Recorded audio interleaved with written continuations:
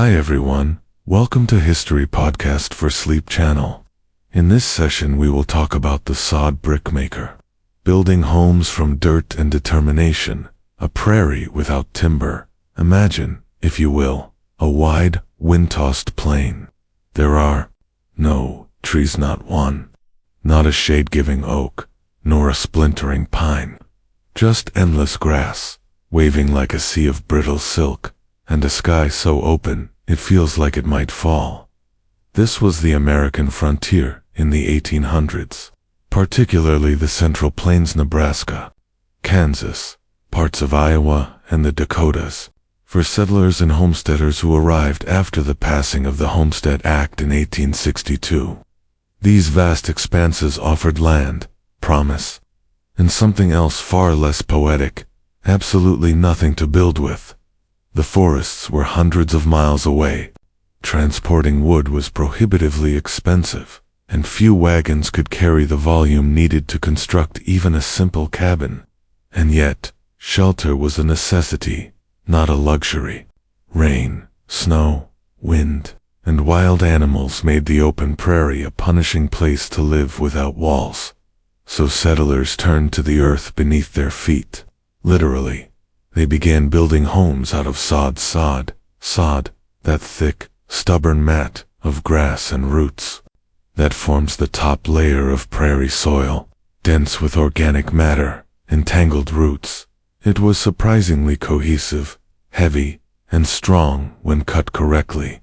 Settlers used basic tools, often modified plows, or flat shovels to cut sod into long, brick-like strips. These bricks were then laid in staggered rows, much like masonry. This humble technique wasn't new. Sod construction had roots in Norse turf houses and Icelandic farm buildings, but for the American frontier, this approach was born more of desperation than tradition. The first sod bricks were roughly 2 feet long, a foot wide, and perhaps 4 inches thick. Cutting them took time. The prairie resisted. Blades dulled quickly, and if your shovel wasn't sharp, the brick might crumble. If your horse team wasn't strong, the cutter wouldn't pierce the grass. The result was sore backs, blistered hands, and endless trial and error. Most sod homes, affectionately called soddies, were modest, single-room structures with dirt floors, no windows, and thatched roofs. But even this was an achievement, in a place where shelter from the wind could mean the difference between life and death. The walls, made of stacked sod bricks, were surprisingly good insulators. In summer, the home stayed cool. In winter, it retained warmth provided you had a fire going. Of course, fire was its own challenge. Chimneys were fashioned from tin cans or sticks slathered in clay. Anything to channel the smoke upward and out. Sadies were not glamorous. During a hard rain, the roof might drip mud. Snakes could nest in the walls. Insects were permanent residents, but they were shelters often, the first structures erected by pioneers. The homes where children were born, where crops were planned, where winters were survived. Some families stayed in their sod homes for only a season or two, eventually upgrading to wooden structures when they could afford lumber. Others lived in them for years. A few soddies stood for decades.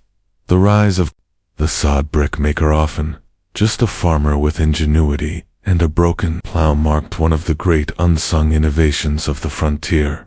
This was not invention as we often imagine it, not something flashy, patented, or mechanical, but a rethinking of the land itself.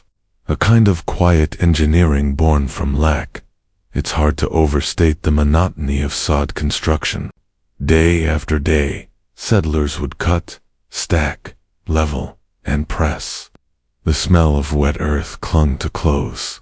Children were enlisted to help, hauling smaller bricks or fetching water. There were no blueprints. Every home was different, designed around the landscape, the available labor, and whatever bits of spare wood or canvas could be scavenged. Eventually, people began to experiment with improvements. Sod cutters with curved blades were fashioned to reduce drag. Some settlers added sand or lime to the bricks. Others built internal wooden frames and used sod as exterior insulation. But the process was never glamorous. This was boring history in its purest form. Day after day of earth cutting, hands dirty with effort, people adapting not with brilliance, but with persistence. Still, one can't help but wonder, what kind of person chooses to sleep inside a pile of grass and dirt? Was it desperation or resilience? Tools of necessity and the culture of sod. When you imagine frontier invention, you might picture gleaming devices, brass compasses, cast iron stoves, polished rifles. Yet the sod brickmaker's toolkit was about as rudimentary as it gets. There was no gleam, no polish, just functional instruments cobbled together to answer one question. How do you make the earth itself into walls? A basic sod cutter resembled a modified plowshare, a narrow blade set at an angle to slice beneath the mat of prairie grass. Some were built from repurposed wagon parts, with wooden beams bolted together at home. Others were fashioned by blacksmiths in fledgling towns, who quickly learned that local demand centered not on fancy implements, but simple, sturdy tools that could endure the strain of prairie soil. The challenge wasn't merely cutting the sod, but extracting it in clean, uniform blocks. The frontier soil had all the qualities that made it fertile: rich loam, tangled roots, pockets of clay. But those same qualities also made it difficult to separate into tidy rectangles. Sod cutting became a craft, a repetitive art requiring patience. You walked behind the horse-drawn cutter, guiding it to maintain a consistent depth. Too shallow, and the brick fell apart. Too deep, and it became too heavy to lift. Once the cutter had made its incision, you returned with a long spade, slipping it beneath the sliced section to lever it upward. With care, you chopped the slab into bricks by striking the back of the spade with a mallet or your palm. Then, brick by brick, you carried each piece to your construction site and stacked it. These were not activities for those who romanticized the pioneer life. A single sod house could require over 3,000 bricks, depending on its size, and each brick weighed between 40 and 60 pounds when freshly cut. Settlers quickly developed strategies to cope with the unrelenting labor. They learned to time the work when the soil was neither too wet when it would slough apart in their hands, nor too dry when it was hard as stone. Early morning or late evening offered the most forgiving conditions. In some communities, neighbors formed sod bees, gatherings where several families helped build each other's homes in turn, sharing tools, wagons, and meals. This cooperative spirit became a hallmark of sod culture. In a place where isolation could be lethal, neighborliness became both survival strategy and social glue. You might lend out your sod cutter in exchange for a sack of flour or a promise of help during harvest. You might borrow a team of oxen for a day if your own animals were lame. Once the walls were laid, attention turned to the roof. Here again, improvisation ruled. Some settlers created a ridgepole structured, two forked posts, supporting a long, horizontal beam over which saplings or poles were laid. Over that, they spread layers of sod or prairie grass, each layer overlapping the one below, like shingles. In time, these roofs sprouted green, giving the house the appearance of blending into the land. Windows and doors were often afterthoughts. If you could afford glass panes, you were fortunate indeed. Many simply tacked up oiled paper to admit light while keeping out the worst of the weather. A canvas curtain or a heavy quilt might serve as a door. From the outside, a soddy was no one's idea of luxury. It looked like a squat earthen mound. Yet many occupants remarked on the surprising comfort once inside. Thick walls muffled wind and noise. In winter, the sod insulated well enough that a modest stove could maintain a livable temperature, and in summer, when the prairie sun was relentless, the interior remained noticeably cooler. Still, no one pretended sod houses were ideal. Stories circulated about homes sprouting insects, crickets that chewed at night, grasshoppers that clung to the walls, even black beetles that would fall onto blankets. In the wet season, roofs leaked steadily, dripping muddy water into pans and pails. Children learned not to sleep under the seams. Housekeeping was a peculiar enterprise. With dirt floors and dirt walls, no amount of sweeping could keep things truly clean. When it rained, footprints turned into muddy impressions that dried into hardened ridges. Some settlers covered the floor with planks if they could scavenge enough lumber. Others spread straw or mats woven from prairie grass. Yet among all this hardship, there was also a sense of ownership and independence. To build your own home, no matter how crude, was to assert a claim on the land, to declare yourself present and unafraid. Sod homes were born of practicality, but they became symbols of settlement. They also reflected a broader culture of adaptation. Homesteaders on the plains had to accept that the landscape could not be bent entirely to their will. You could not conjure trees out of a prairie. You could not summon supplies from distant towns in the middle of a blizzard. But you could learn to work with the resources at hand, however humble. In time, newspapers carried advertisements for improved sod-cutting implements. Catalogs promised more efficient designs, lighter blades, better handles, sturdier frameworks. Yet even the most modern versions remained simple compared to the industrial machinery emerging in the East.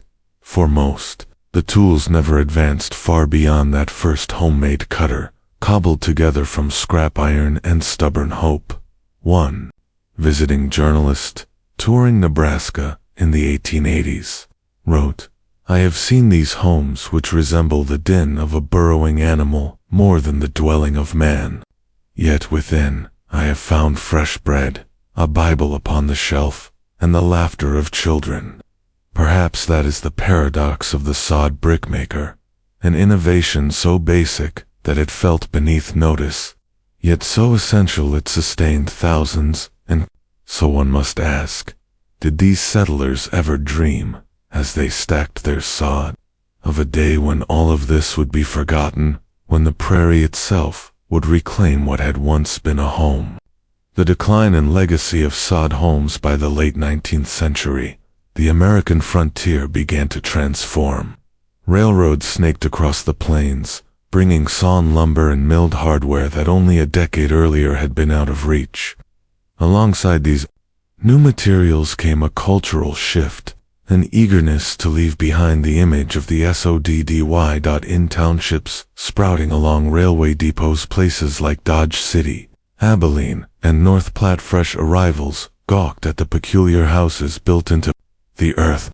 Newspaper columnists described them with a mix of pity and curiosity, portraying their occupants as living relics of an earlier, rougher era.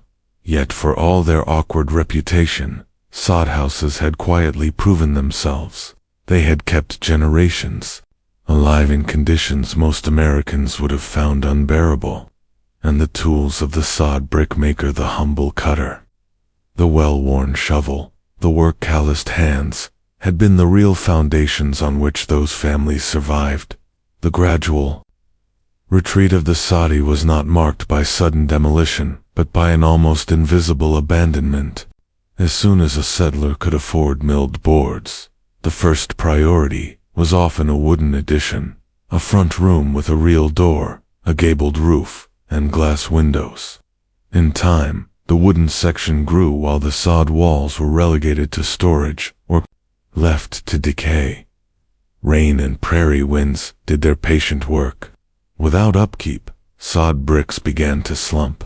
Walls sagged, losing their square corners, until the structure blended into the pasture, as though it had always been a natural rise in the land. Children who had been born under sod roofs grew up in clapboard houses. Grandparents might point to the overgrown hump in the backyard, and murmur that once, that was all there was. But by the dawn of the 20th century, few young people could imagine starting life inside walls made of grass and dirt. And yet, here is where the story grows more complicated. In their time, sod houses weren't merely shelters. They were testaments to adaptability and innovation. To build with sod was to acknowledge a harsh truth, that human ambition must sometimes bend to nature's constraints, rather than triumph over them.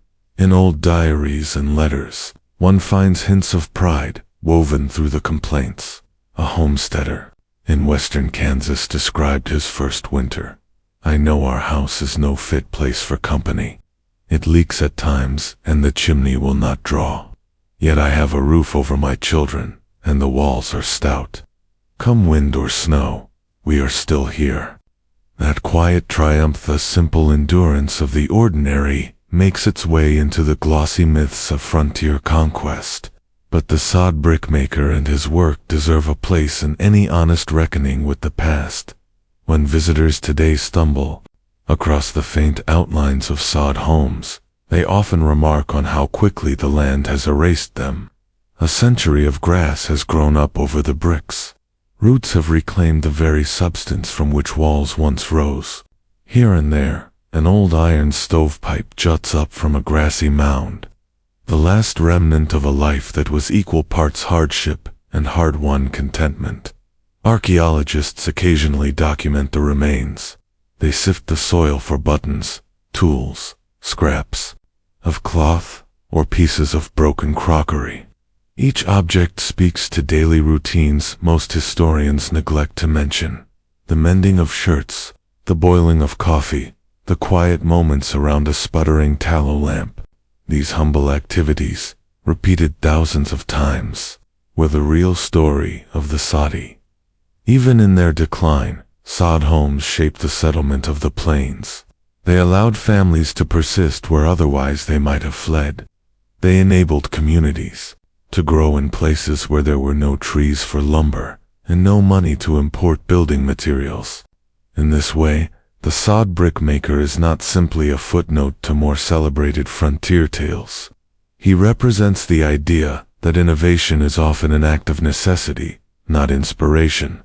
A problem meets a person with few options, and together they devise a solution so plain it disappears into history almost as soon as it arrives.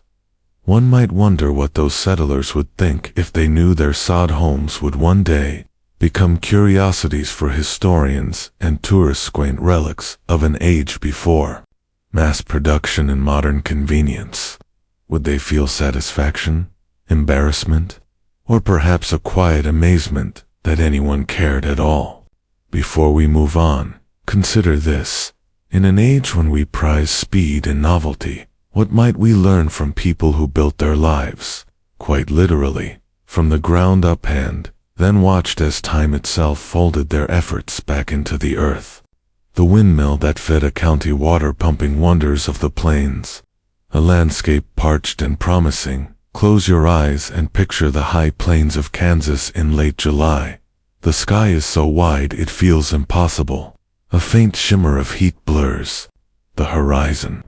You can stand in one place and turn in a slow circle and see no forests, no rivers, just a pale ocean of grass stretching out until the earth curves away.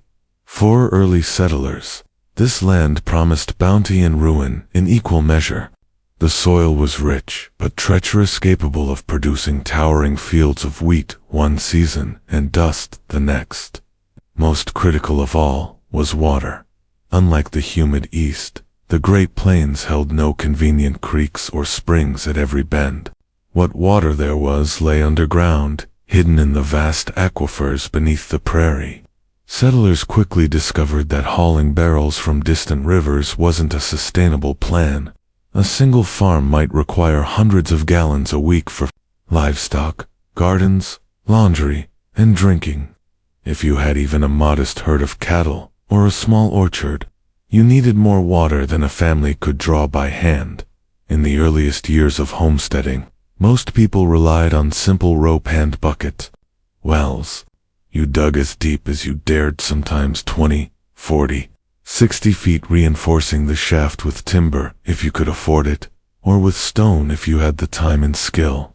Drawing water meant lowering a bucket, filling it, and hauling it back, up, over and over again. But this labor consumed hours each day. Children often spent their mornings working the well crank.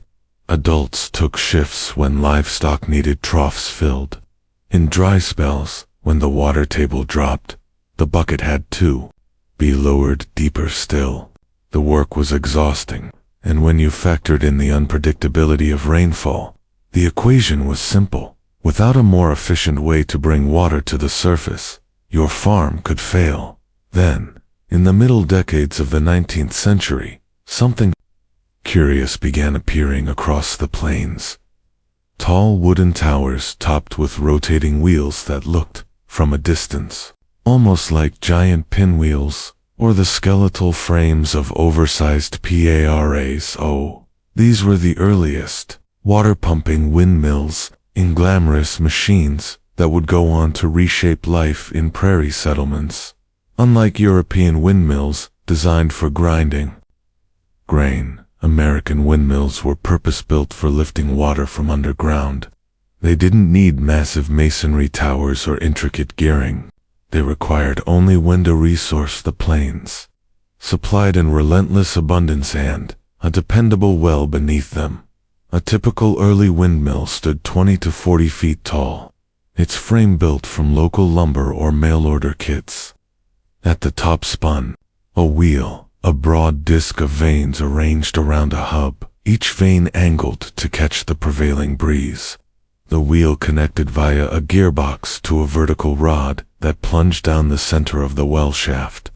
As the wind turned the wheel, the rod moved up and down, driving a simple piston pump that drew water to the surface. The principle was old, but the execution was new. In the American West, windmills had to withstand powerful gusts and sudden storms. Early models often failed. They tore themselves apart in gales, or collapsed under the strain of constant vibration. Yet the idea was too promising to abandon. Tinkers and mechanics across the plains kept experimenting, refining designs, and sharing improvements in letters and county fair exhibits. By the 1870s, standardized windmill companies emerged. They produced catalogs offering kits, shipped by rail, everything from the iron pump cylinder to pre-cut timbers and hardware. These windmills were still laborious to erect, but compared to the toil of hand-drawn water, they felt miraculous. Imagine the relief. A farmer could rise before dawn to find a full tank of water waiting, pumped overnight by nothing more than the restless prairie wind. It wasn't just convenience, it was survival. With reliable water, families could maintain vegetable gardens that supplemented their diets.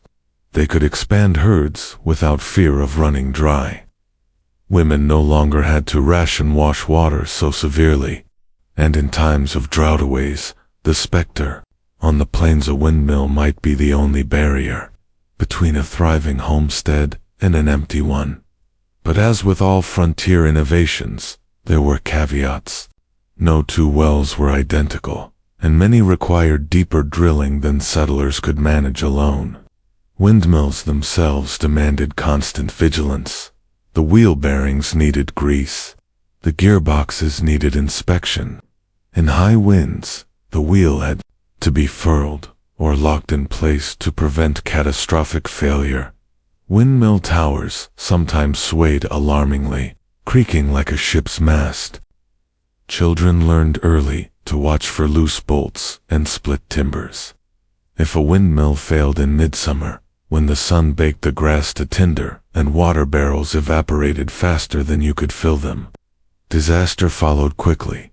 There are stories now, mostly forgotten, of entire communities gathering to erect or repair a windmill, neighbors arriving with ladders and ropes, the men bracing the tower while women prepared food, the children running errands back and forth.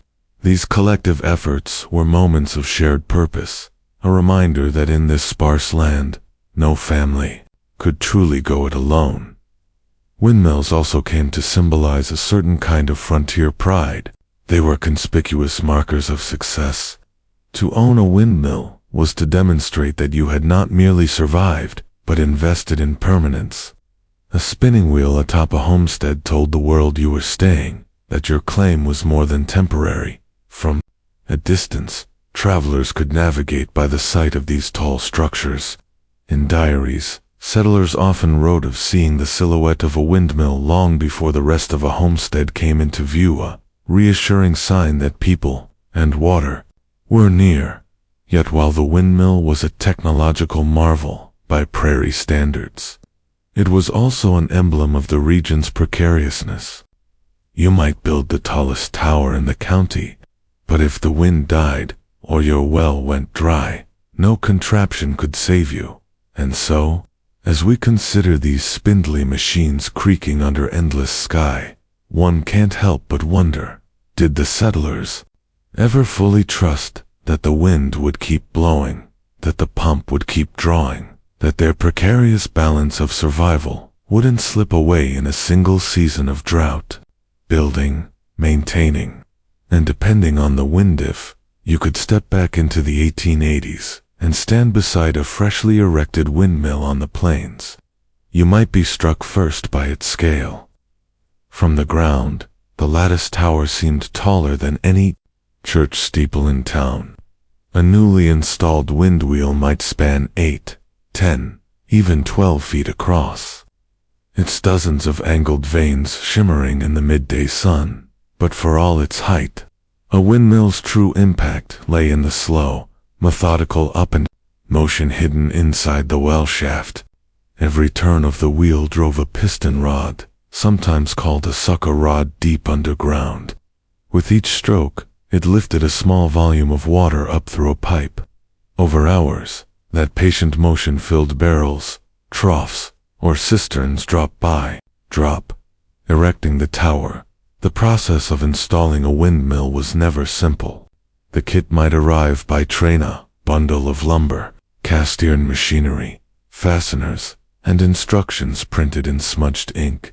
From there, it could take days or weeks to prepare the site. First, a foundation was dug, usually for pits, for the towers, footings. Settlers filled each with stones or poured a crude cement made from lime and gravel, anything to stabilize the legs against the notorious prairie gusts. Next came the tower assembly. With no cranes or powered hoists, families relied on block and tackle rigs, ladders lashed together, and plenty of determination. As each section rose, men bolted cross braces into place.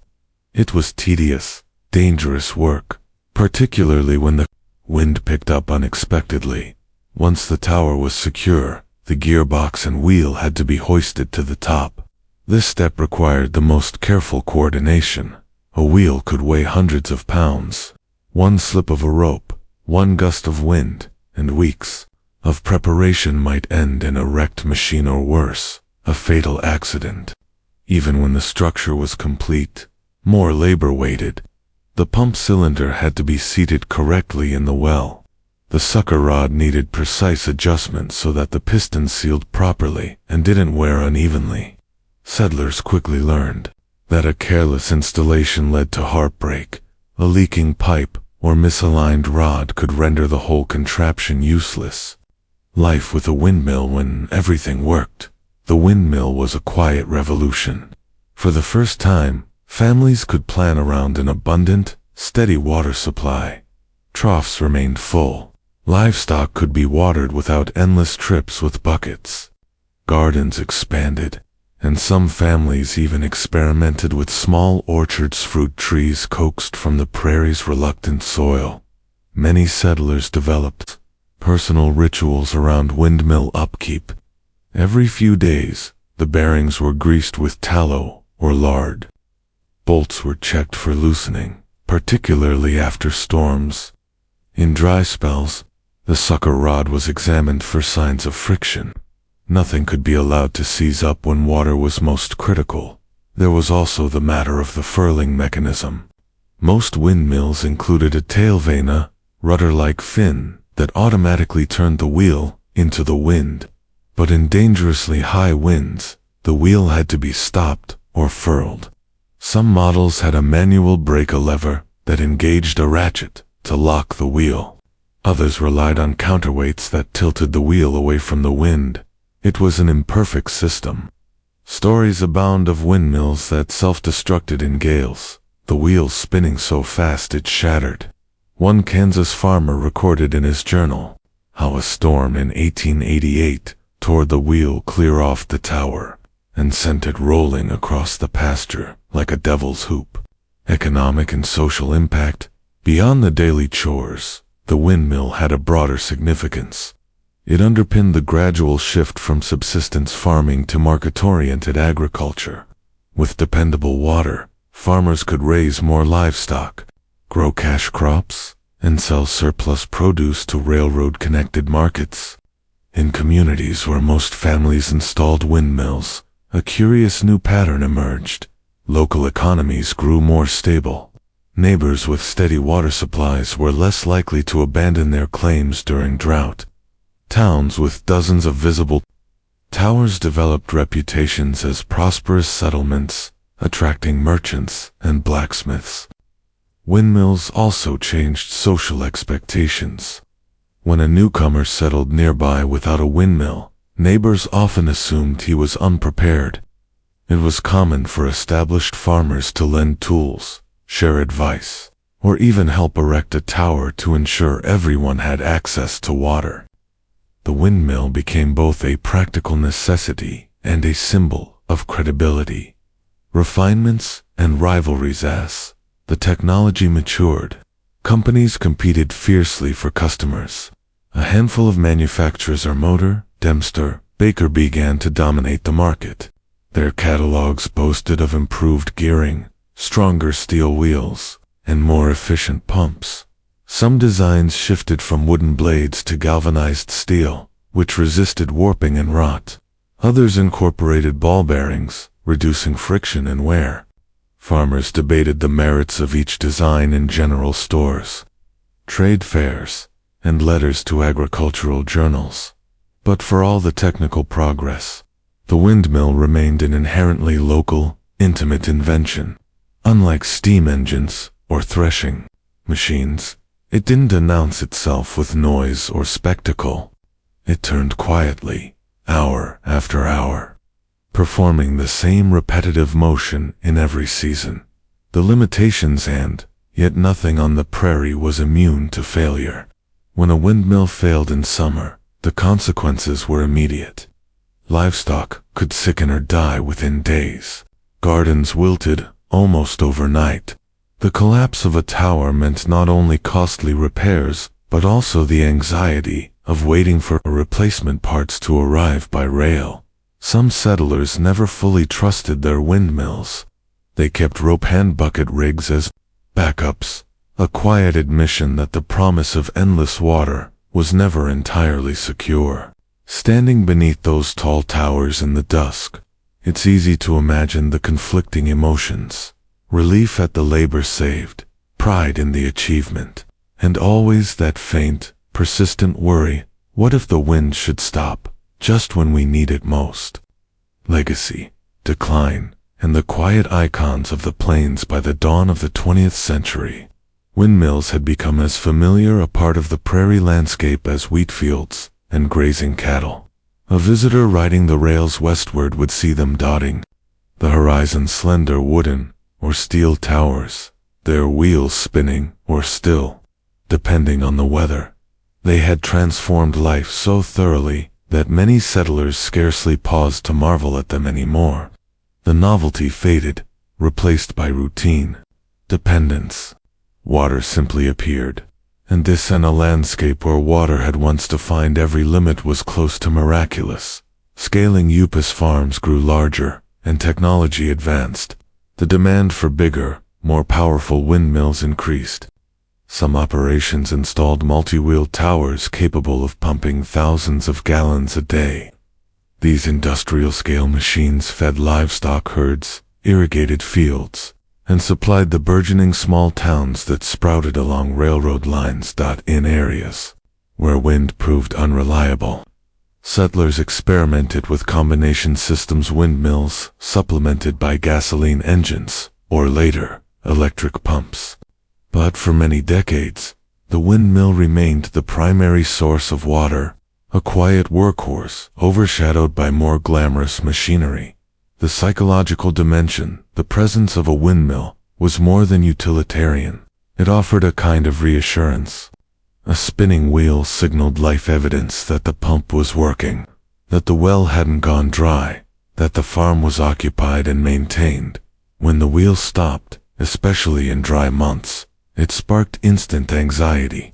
Was it merely a lull in the breeze, a broken gear, or a sign that the water table itself had retreated beyond reach?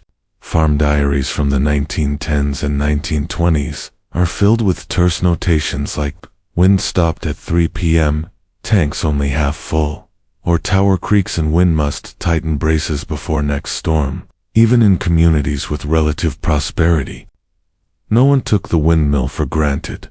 The early decline, ironically, the same technological momentum that had enabled the windmill's spread also heralded its decline. By the 1920s and 1930s, rural electrification projects were underway. Gasoline-powered pumps became more affordable. Wells could be drilled deeper with mechanized rigs rather than hand tools and horse teams. The shift was gradual. Many families clung to their windmills out of habit, thrift, or caution. Electricity was not universally reliable in early years, and gasoline pumps required a steady supply of fuel, no small challenge in remote settlements. For a time, hybrid systems were common. A windmill did the bulk of the pumping, and a gas engine took over during calm spells. This redundancy reflected a core lesson settlers never forgot. No single technology, no matter how promising, was immune to failure. The symbols left behind by the mid-20th century, windmills began to vanish from active use. Some were dismantled and sold for scrap metal during the World Wars. Others simply stood idle, their wheels locked in place or removed, the towers leaning slowly as weather eroded their timbers. Yet a curious thing happened. Even as their functional importance declined, windmills acquired a new kind of symbolic power. They became emblems of a pioneering spirit, of adaptation to an unforgiving land. Artists painted them, writers used them as metaphors for persistence.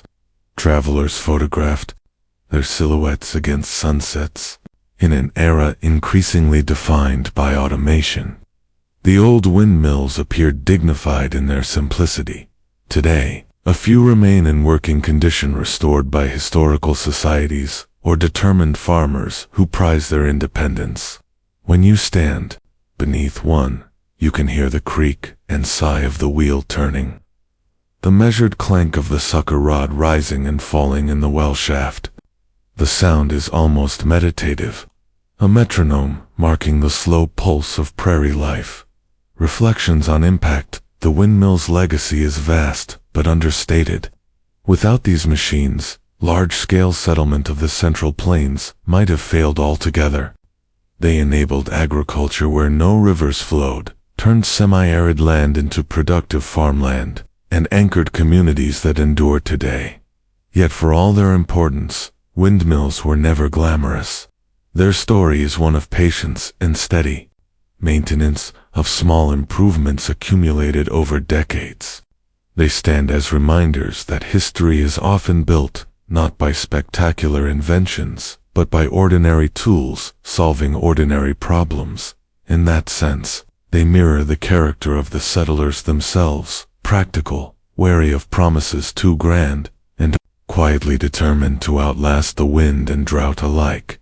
One wonders, as the last of the old towers slowly collapse, returning their iron and wood to the earth, whether future generations will understand what they represented, when all that remains is a few rusted bolts and a shallow depression where the well once stood. Will anyone recall that this modest machine once fed a county, one bucket at a time? Mail by moosehide, the homespun postal packs of remote settlers, the long silence between letters. Picture the American frontier as winter tightened its grip. Montana, Wyoming, and the northern Dakota territories in the 1870s. Here, beyond the last railroad depots and telegraph lines, communication was not measured in days, but in seasons. Snow fell early and deep. By November, many trails vanished under drifts so high they obscured all landmarks. A homestead could be less than 15 miles from a small settlement and yet remain utterly isolated for months. For settlers, the challenge of mail delivery was both practical and psychological. Letters were lifelines, reminders that someone far away still knew your name, still cared that you existed. A scrap of news from Ohio or Pennsylvania was worth more than gold when the wind howled and the nearest neighbor was a day's ride away. Yet the U.S. Postal Service, stretched thin across territories with sparse populations, struggled to maintain reliable routes. Postmasters in remote outposts often relied on contract carriers, individuals who bid on mail routes and were paid per mile or per delivery. These carriers had no official uniforms or standardized equipment. They used what they could make, trade for, or adapt, and so emerged one of the most curious and underappreciated innovations of the frontier. The moosehide mail pack, an invention born of desperation in, like the southern plains or the timbered Midwest. The northern territories were places where leather was not merely common but essential. Settlers tanned deer, elk, and moose hides into everything: boots, harnesses, mittens, rope.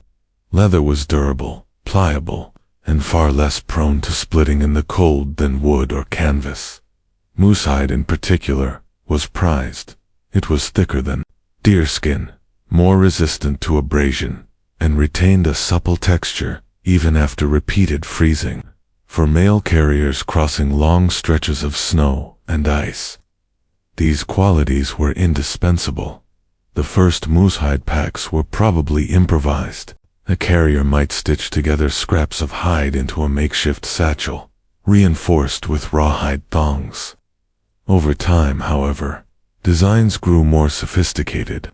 By the 1870s and 1880s, many carriers in Montana and northern Dakota had adopted large, teardrop-shaped mail packs made entirely from tanned moosehide, with broad shoulder straps and extra lashings to secure the load. They were not factory products. Each was hand-sewn, often by the carrier's family or by skilled tanners in small trading posts. The packs varied in size. Some could hold only a dozen letters. Others carried over 30 pounds of parcels and newspapers. The life of a frontier mail carrier. To imagine the daily routine of a moosehide mail carrier, you must first picture the distances. A typical route might span 40 to 60 miles between settlements, more in summer, less in the dead of winter, when progress slowed to a crawl. In good weather, carriers traveled by horseback, using saddlebags for heavier loads. But in winter, when trails disappeared, they relied on snowshoes or dog sleds. The moosehide mail pack was strapped securely to the back, protected by a layer of oiled cloth or waxed canvas in case of snow squalls.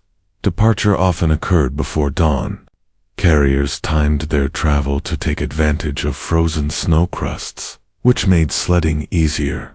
At midday, they might stop in a sheltered grove to rest the dogs and warm a tin of coffee over a small fire. Then onward, mile after monotonous mile, with only the wind and the creak of harnesses for company. The labor was punishing. Frostbite was an ever-present threat. So was exhaustion. A single day's run could burn thousands of calories. Carriers learned to pad their moccasins with extra felt and wrap their hands in layers of wool and oiled leather. In spite of every precaution, many suffered permanent damage to their extremities. A system without a stomon, of the most striking aspects of this ad hoc mail network was how decentralized it was. There were no fixed uniforms, no two carriers dressed alike. Each devised their own combination of furs, hides, and quilted layers. The same applied to their mail packs. Moosehide was the default choice simply because it survived where other materials failed. Canvas grew brittle. Wooden boxes cracked. Even heavy deerskin tended to dry out and split along seams after repeated cycles of freezing and thawing. To maintain the packs, carriers applied tallow or fish oil to the leather. This made the surface more water-resistant and prevented stiffening. Over time, a well-cared-for moosehide pack developed a distinctive sheen and a deep, smoky scent from countless hours spent by the campfire. The emotional wait for the homesteaders, awaiting these deliveries. The sight of a mail carrier on the horizon was an event. Children might sprint out into the snow to meet them. Adults tried not to betray how desperately they hoped for news, whether of a birth back east, a shipment of seeds, or simply a note confirming that someone, somewhere, still remembered them. Carriers often carried not only letters, but stories. Accounts of how the roads had fared, which families had moved on, which farms had failed. In this way, the mail delivery became a kind of oral newspaper, stitching together the fragile social fabric of the frontier. One Montana woman, writing in her diary in 1881, described the mail carrier's arrival. Mr. L came at last with the moosehide bag. It was frozen hard as a board, and he had to thaw it by the stove before he could unlace it. But there was Mother's letter, and it was worth every mile. A symbol of the unseen struggles. If you visit the museums of the northern plains today, you'll sometimes find one of these mail packs on display. The labels are usually brief. Moosehide mail bag, circa 1880. They rarely mention the hours spent stitching seams by lantern light, or the constant dread that a river crossing might drown both man and message. These artifacts, humble, unadorned, practical, embodied the unglamorous persistence that built the frontier. And so, we must ask, when the last letter was finally delivered, and the last mail carrier hung up his pack for good, did anyone pause to consider what it had cost to keep the lines of communication alive in so empty a land? Routes, risks, and the rituals of delivery. To truly understand the story of the moosehide mail pack, you must first appreciate the scale of the places it served. Imagine a rough rectangle stretching from the Missouri River in the Dakotas westward, through Montana's rolling prairie, and up into the forested slopes of the Rockies. In the late 19th century, much of this region was not yet state territory but still technically unorganized. Trails meandered in and out of survey lines. Maps were often speculative at best. A mail route might pass through a dozen isolated homesteads, a tiny mining camp, or a trading post perched beside a frozen creek. And for much of the year, those posts were the only threads connecting people to the wider world. The contract carriers, the U.S. Postal Service, relied heavily on contract carriers to reach such settlements. In fact, some routes were so obscure that no official contractor could be found, and local settlers pooled money to hire a trusted neighbor to make the run. These men and, occasionally women, were not formally trained. Their qualifications were simple. They knew the terrain, owned suitable equipment, and were willing to endure the loneliness and hardship. Payment varied widely. Some earned as little as 10 cents per mile. Others negotiated lump sums for a winter's worth of deliveries. It was an arrangement that suited the Postal Service's limited budget, but left enormous risk on the shoulders of the carriers themselves. If you lost a bag to flood or fire or simply failed to arrive, the penalties could be severe. Your contract might be voided. Worse, your reputation, so vital in a world built on trust, could be destroyed. Navigating the seasons in the warmer months, carriers often relied on horses or pack mules. Trails were rough, but navigable. Mail was bundled into moosehide satchels that hung from the saddle, sometimes supplemented by canvas pouches. But as soon as the first heavy snow fell, sometimes as early as October, everything changed. Carriers switched to snowshoes or dog sleds. The mail pack was lashed securely to a wooden toboggan called a carriole, a shallow sled built low to the ground to prevent tipping.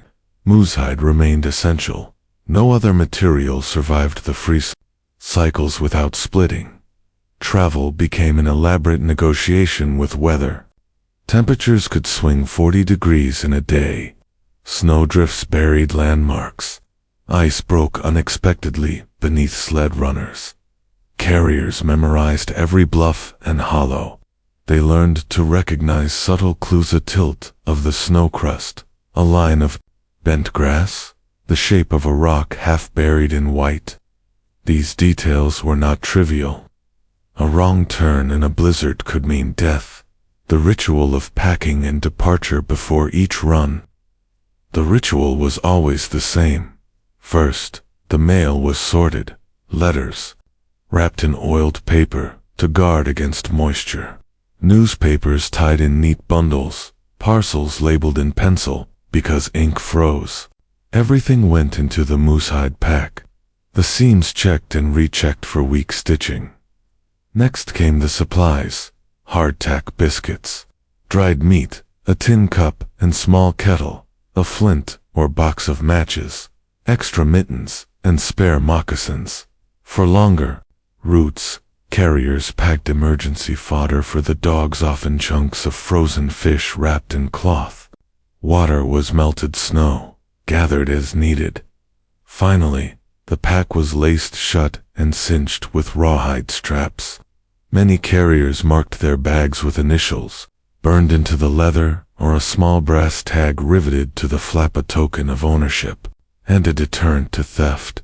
Departures usually took place at first light. In winter, this might mean 7 a.m., with darkness still lingering on the horizon.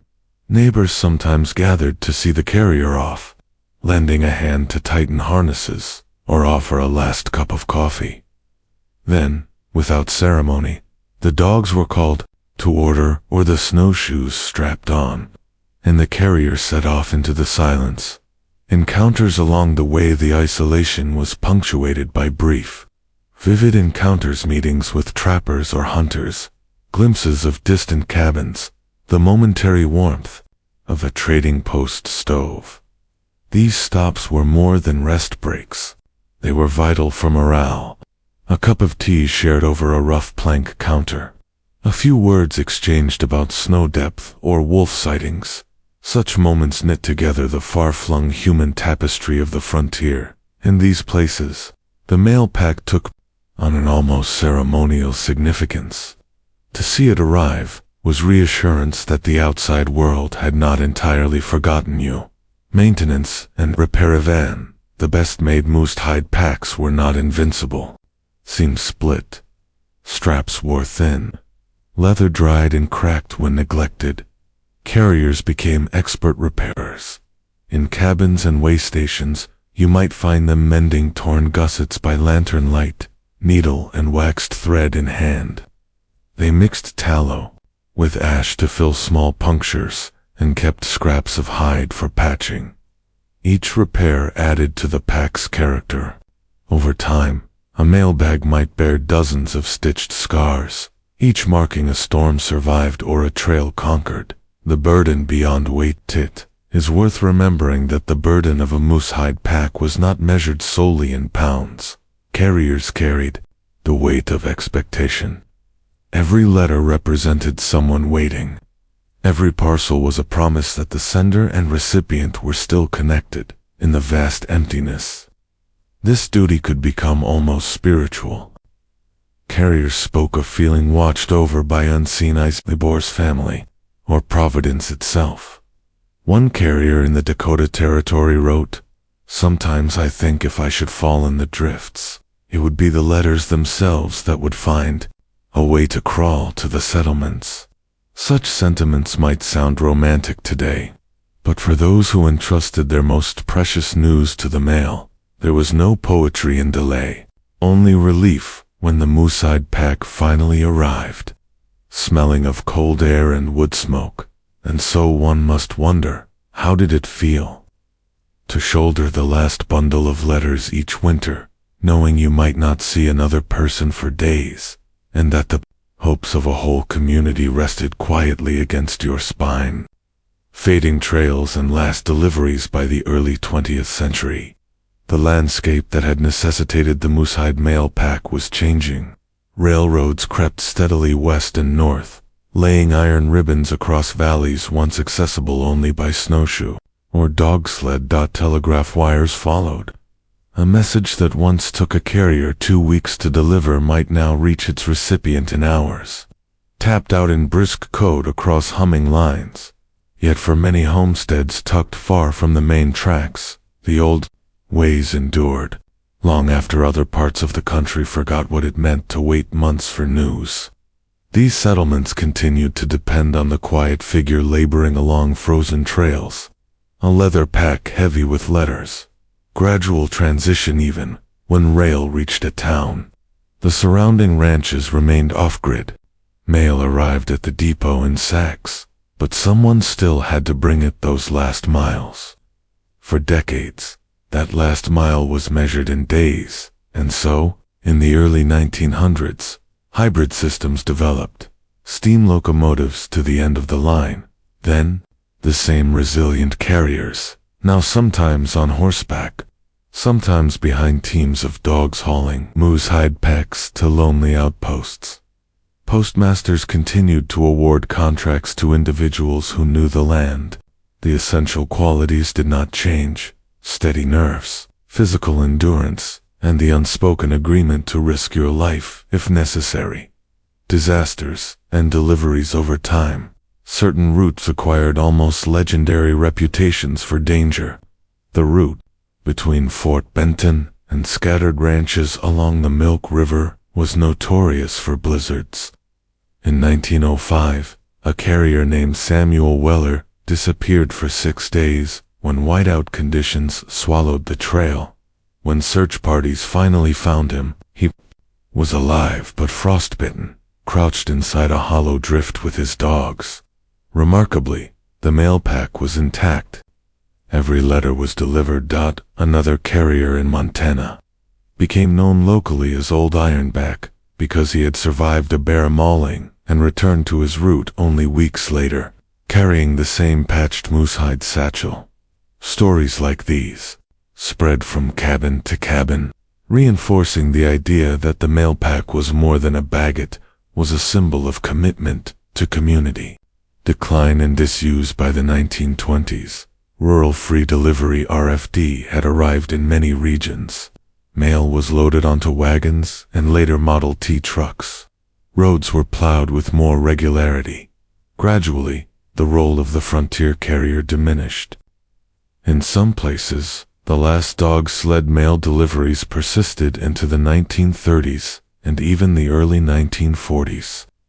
But each winter saw fewer and fewer moose-hide packs departing from depots.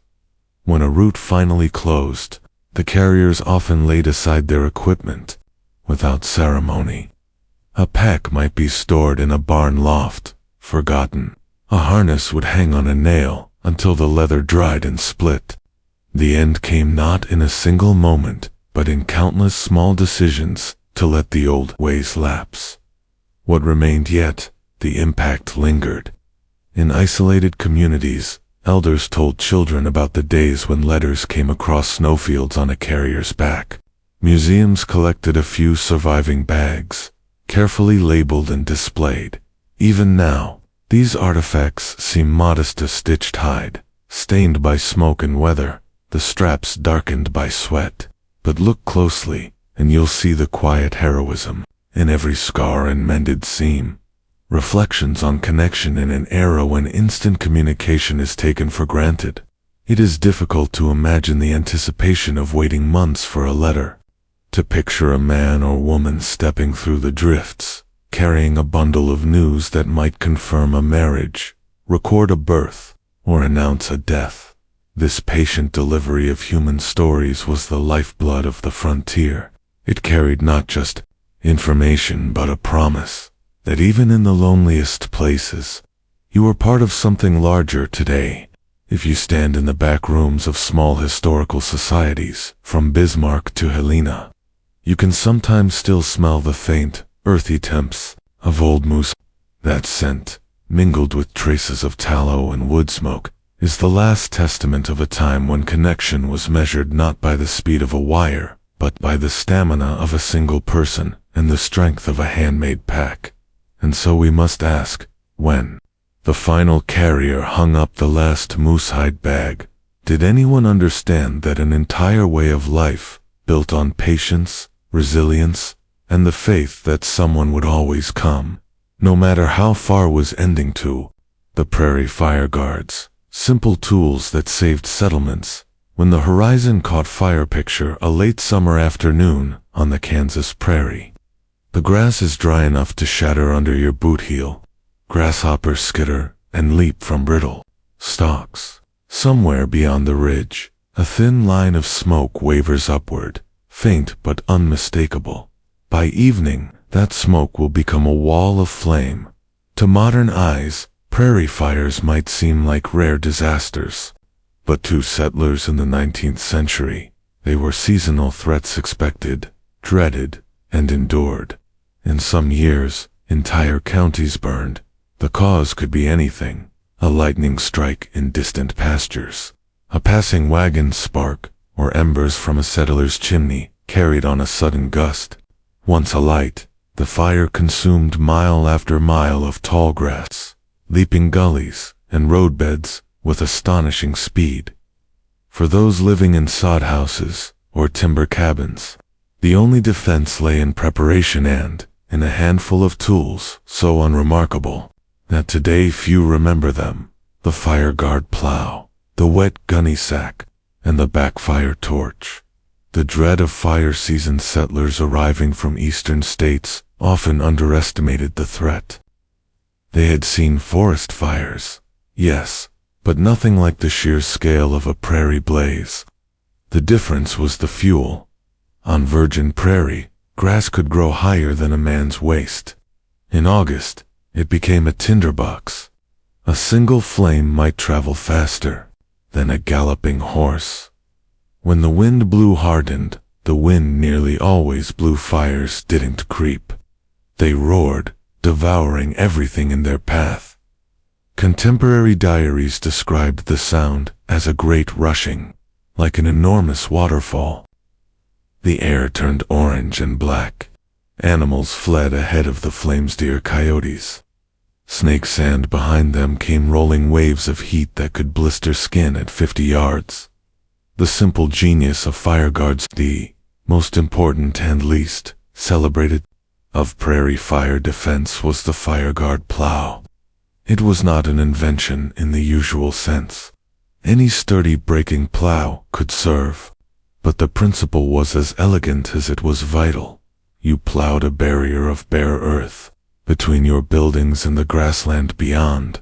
This strip, usually 10 to 20 feet wide, was called a fire guard or fire break. If the flames reached it, they would falter, deprived of fuel.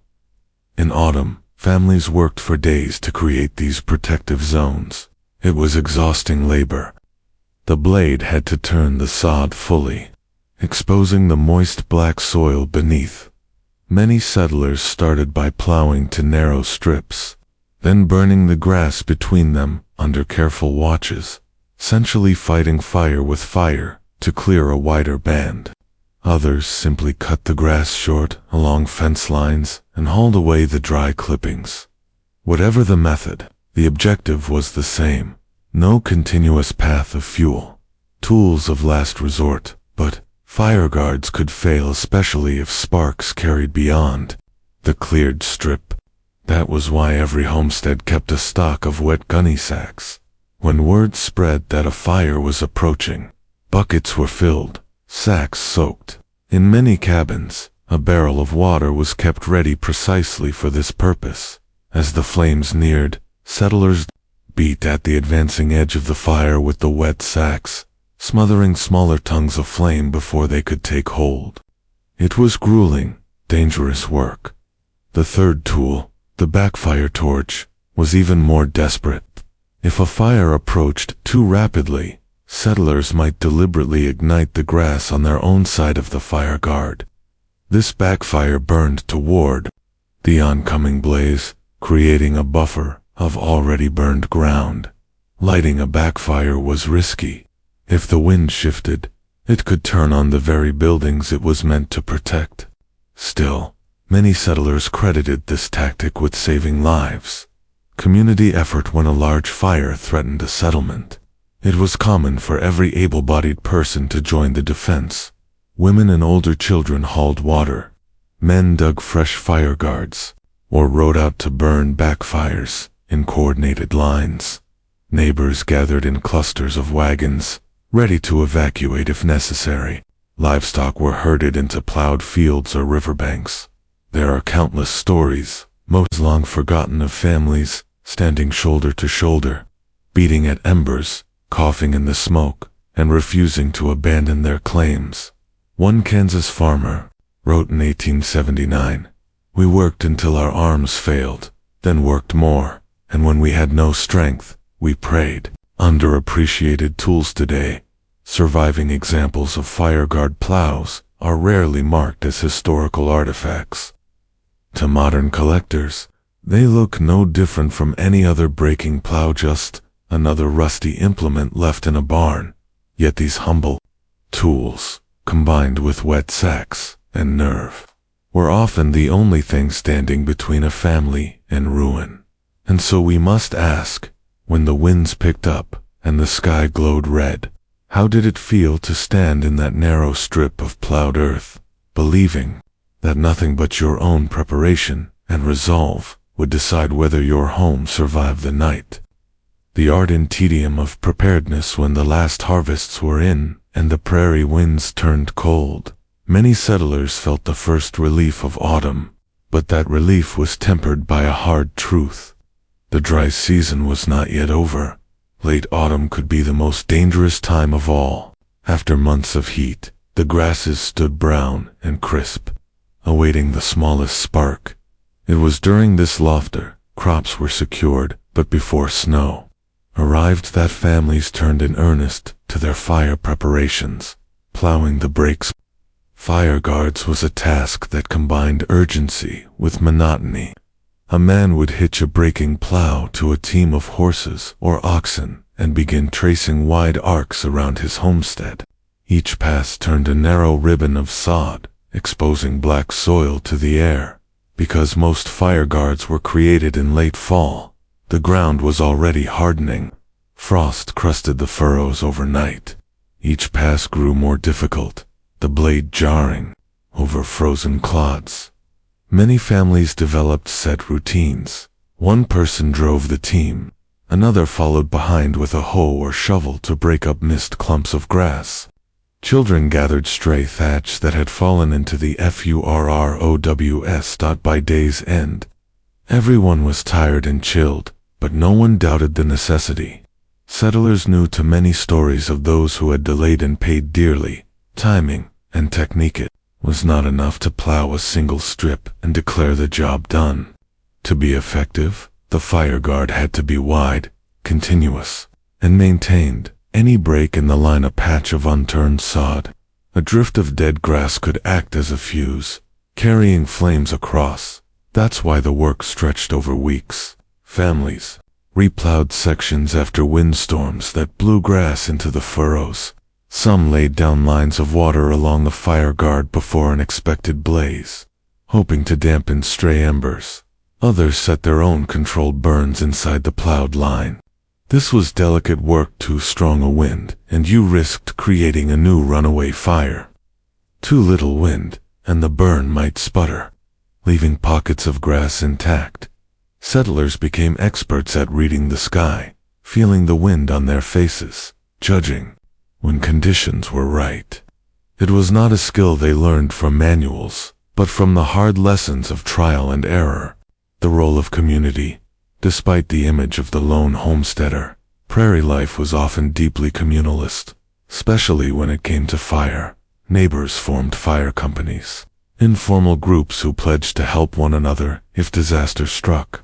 A bell or a horn blast might summon every able-bodied person to a threatened farm.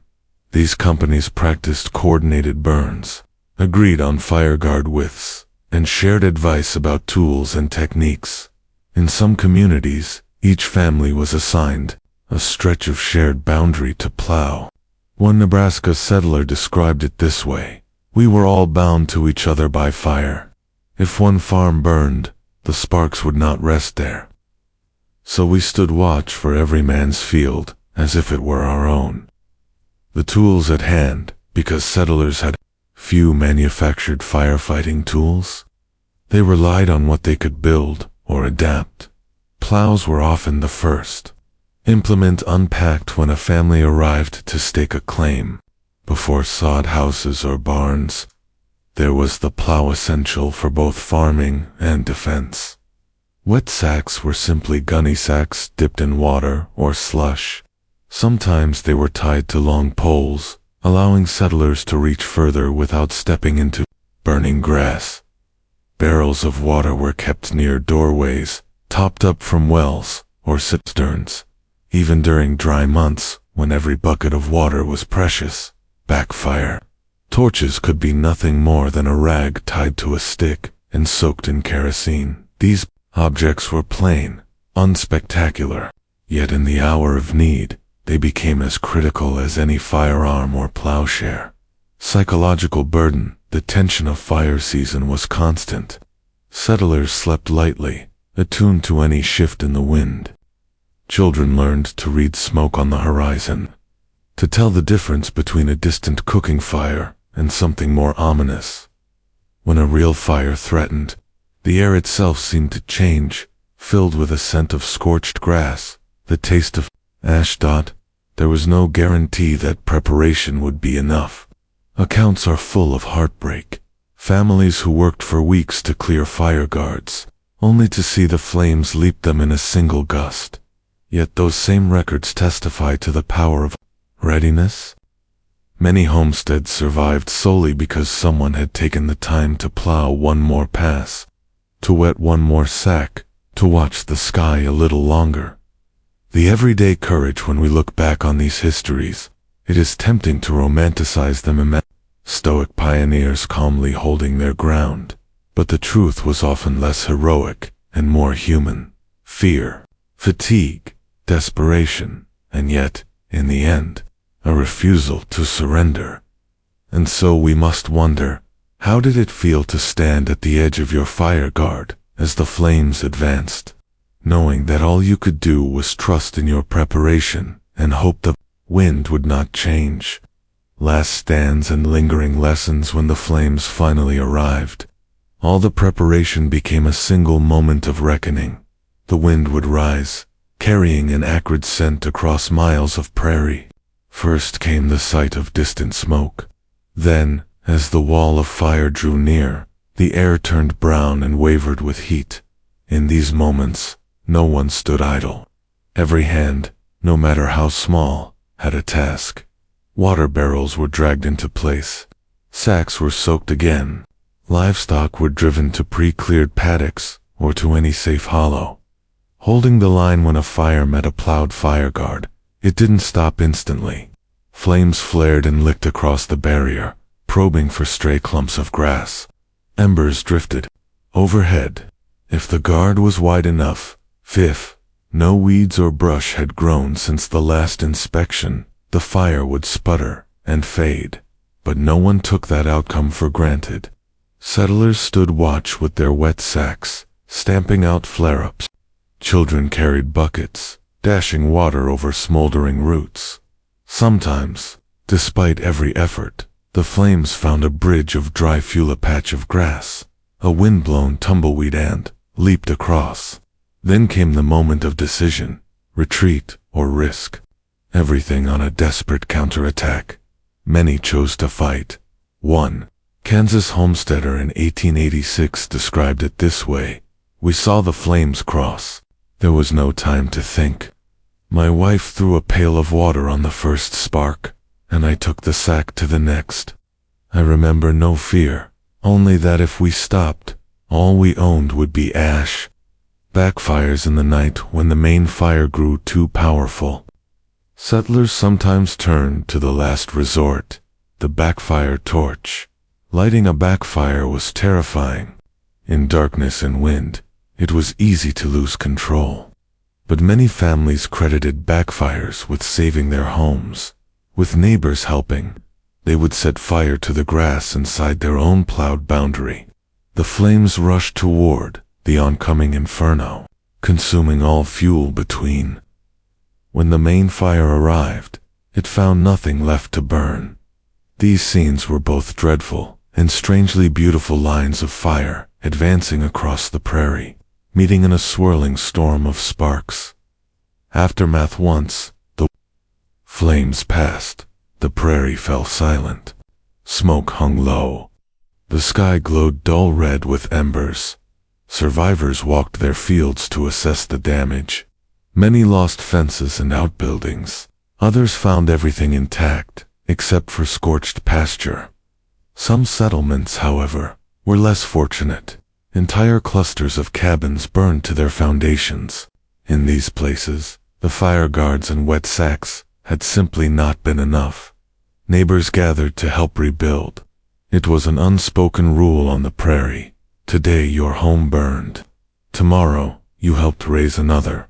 The unremarkable tools in the quiet weeks that followed a fire, the tools that had saved or failed to save homesteads, were cleaned and stored away. The plow was returned to the barn. Sacks were hung to dry. Torches were inspected, trimmed, and laid aside. These objects never earned special names or patents. No inventor claimed credit. Yet they were among the most consequential implements in the settlement of the plains. Modern legacy over time. Mechanized firefighting replaced the old methods. Volunteer fire brigades formed, equipped with wagons, pumps, and eventually gasoline engines. By the early 20th century, many communities could respond faster and more effectively. Fire guards continued to be plowed, but the burden no longer rested solely on each family. Today, controlled burns are still used on the prairie, but now they are coordinated by agencies and specialists. The techniques remain essentially unchanged. A line of bare earth, a deliberate fire set ahead of a bigger one, and a watchful eye on the wind. Reflections: it is tempting to dismiss the old fire guards as primitive, but when you stand on an open stretch of prairie, feeling the wind pull at the grass, you understand why those bare strips of earth mattered so much. They were not just barriers against flame. They were evidence that ordinary people without resources, without experts, could face a threat that seemed too vast to control and still prevail. And so, we might ask, what does it say about the courage of these settlers that, with nothing but a plow and a wet sack, they chose not to flee but to stand their ground when the horizon caught fire? The barrel well unearthed water in desperate times, digging down to hope. Imagine the high plains of Nebraska in the summer of 1874. The sun burned so bright it bleached every stalk of buffalo grass to a brittle yellow. For weeks there had been no rain.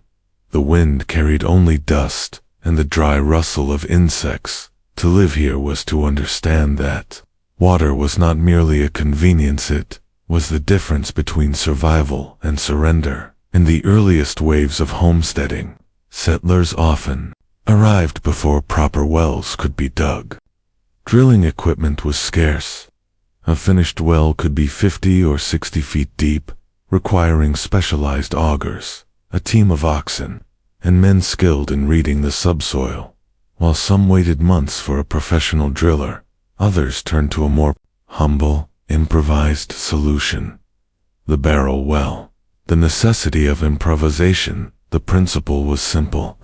If you could not dig to the aquifer with proper tools, You could sink a large wooden barrel into the ground to collect seepage water. It was a desperate measure, used in the first months of a claim or during severe drought when other sources failed.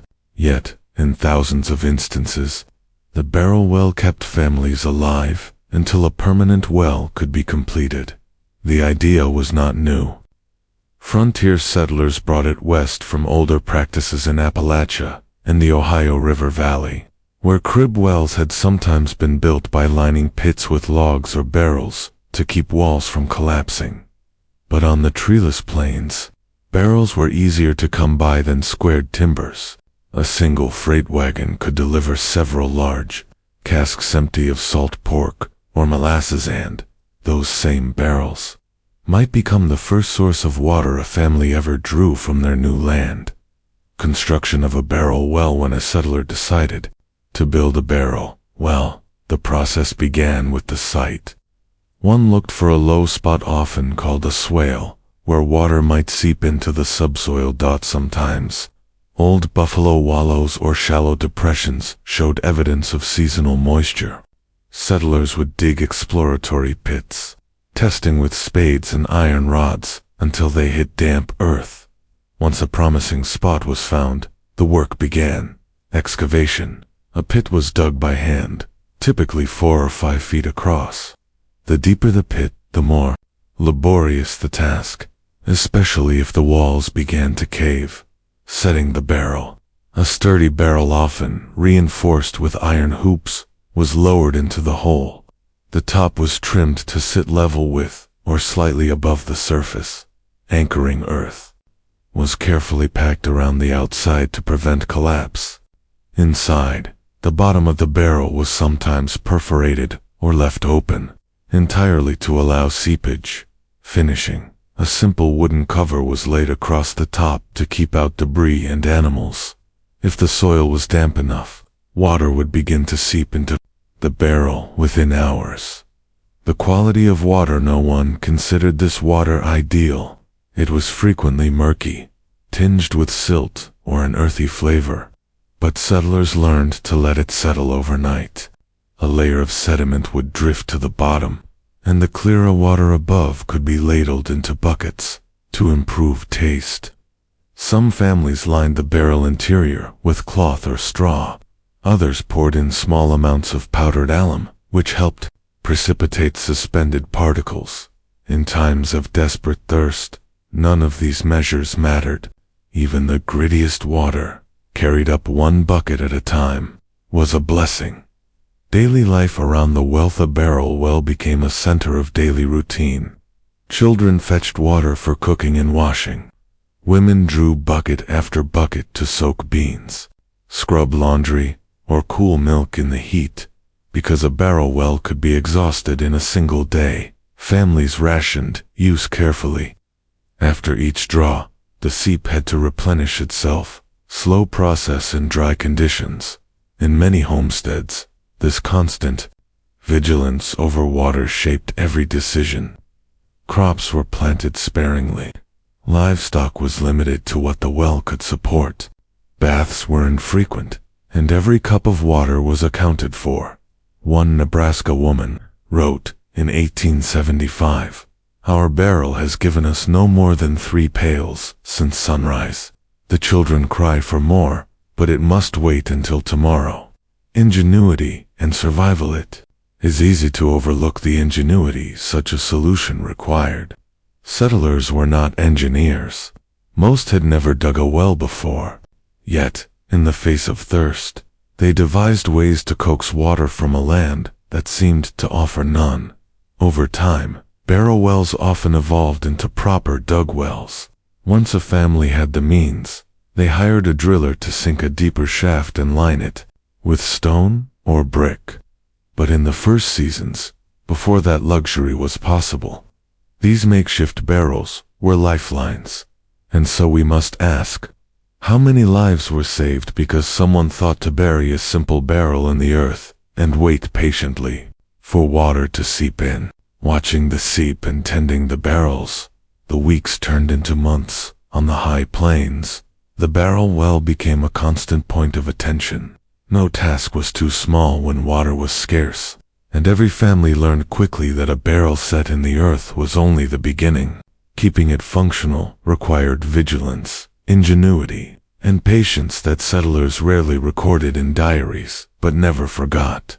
Daily rituals of Karich. Morning began with the same ritual, lifting the wooden lid and peering inside to see how much water had gathered overnight. Some days, the seep would have given a finger's depth, enough to fill a single bucket. Other days, especially after a rainstorm, the barrel brimmed with water, a moment of brief abundance. Women and children often measured the yield by eye, calculating how much could be spared for cooking, washing, or livestock. In times of desperation, a cup per person was the ration, doled out with the same care as flour or sugar. Water rationing few families appreciated the limits of a shallow seep until they lived with it. Overuse could exhaust the well for days. A family might gather before dawn to decide. Would the animals drink today or wait until evening? Was it safe to wash clothes? Could the garden have a ladleful poured over its struggling rows of corn? Accounts from settlers make clear that water dictated nearly every decision. One Dakota Territory homesteader noted, "I reckon each of us drank a quart in all of yesterday. We dare not draw more, for the seep has slowed to a trickle." This constant negotiation with the earth, never quite sure when or whether the seep would deliver, was as much an emotional burden as a physical one. When the seep failed sometimes, no matter how carefully a family rationed, the seep dried. Wind and heat drew the moisture from the ground, leaving only damp silt at the bottom of the barrel. When this happened, there were few good options. Some settlers dug deeper, removing the barrel and excavating another foot of earth. Others loaded empty barrels onto wagons and drove miles to borrow or buy water. It was common for neighbors to share what they could, knowing that each was only a dry spell away from the same predicament. In a land of scarcity, generosity was not just kindness, it was survival insurance. Contamination and repair, another threat, lurked in the darkness of every barrel. Contamination with no screens or modern sanitation. Insects, small animals, and wind-blown debris found their way into the water. A drowned mouse or a fall of spoiled grain could sour the barrel, fouling the precious seep. Settlers devised endless remedies. They strained water through cloth. They scoured the inside of the barrel with boiling water or strong lye solutions. They plugged cracks with tar or wax, hoping to keep seepage clean. It was not always enough. In midsummer, rot and mold spread rapidly. When contamination was discovered, the only recourse was to empty the barrel, scrape it clean, and wait for water to return, sometimes days later. Modifications and adaptations over time. Families adapted their barrels in clever ways. Perforated linings, settlers drilled small holes in the sides to increase seepage, while still filtering large debris. Weighted covers. Heavy wooden lids were fitted with stones to keep animals out. Drain plugs. Some drilled a small hole near the barrel's base, plugged with a wooden dowel, allowing easier emptying for cleaning. These small improvements rarely made the water plentiful or pure, but they often made the difference between tolerable and unbearable conditions. The role of children played a central role in tending barrel wells.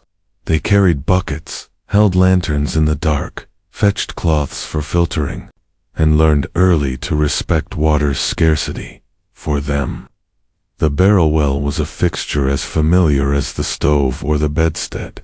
It was part of the landscape of their lives, ordinary, indispensable, and fraught with hidden anxieties. A symbol of the frontier mindset, a culture that prized self-reliance. The barrel well became an emblem of adaptation. No one preferred a shallow seep over a drilled well. But when faced with drought, settlers turned to whatever resources lay at hand. They measured each day by what the earth offered.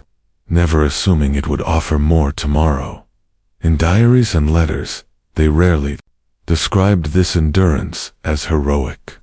To them, it was simply the price of survival in a place that promised opportunity but delivered hardship in equal measure.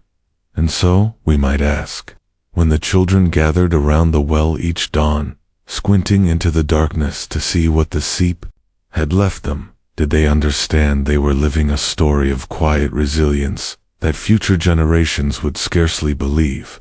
From makeshift to memory with time, many homesteaders outgrew the barrel well.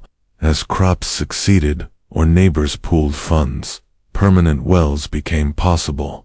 These deeper shafts brought water in greater quantity and often better quality. But in many communities, the humble barrel remained a fixture long after the first drilled wells appeared. It was still cheaper and faster to sink a barrel than to wait months for a professional driller.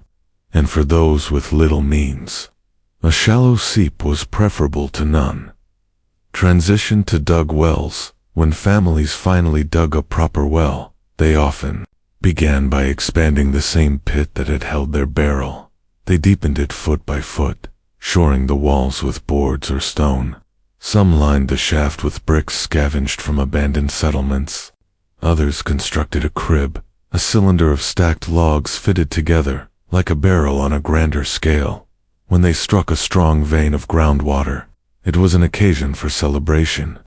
One Kansas homesteader recalled, "When the bottom filled faster than we could bale, we knew we were blessed beyond measure."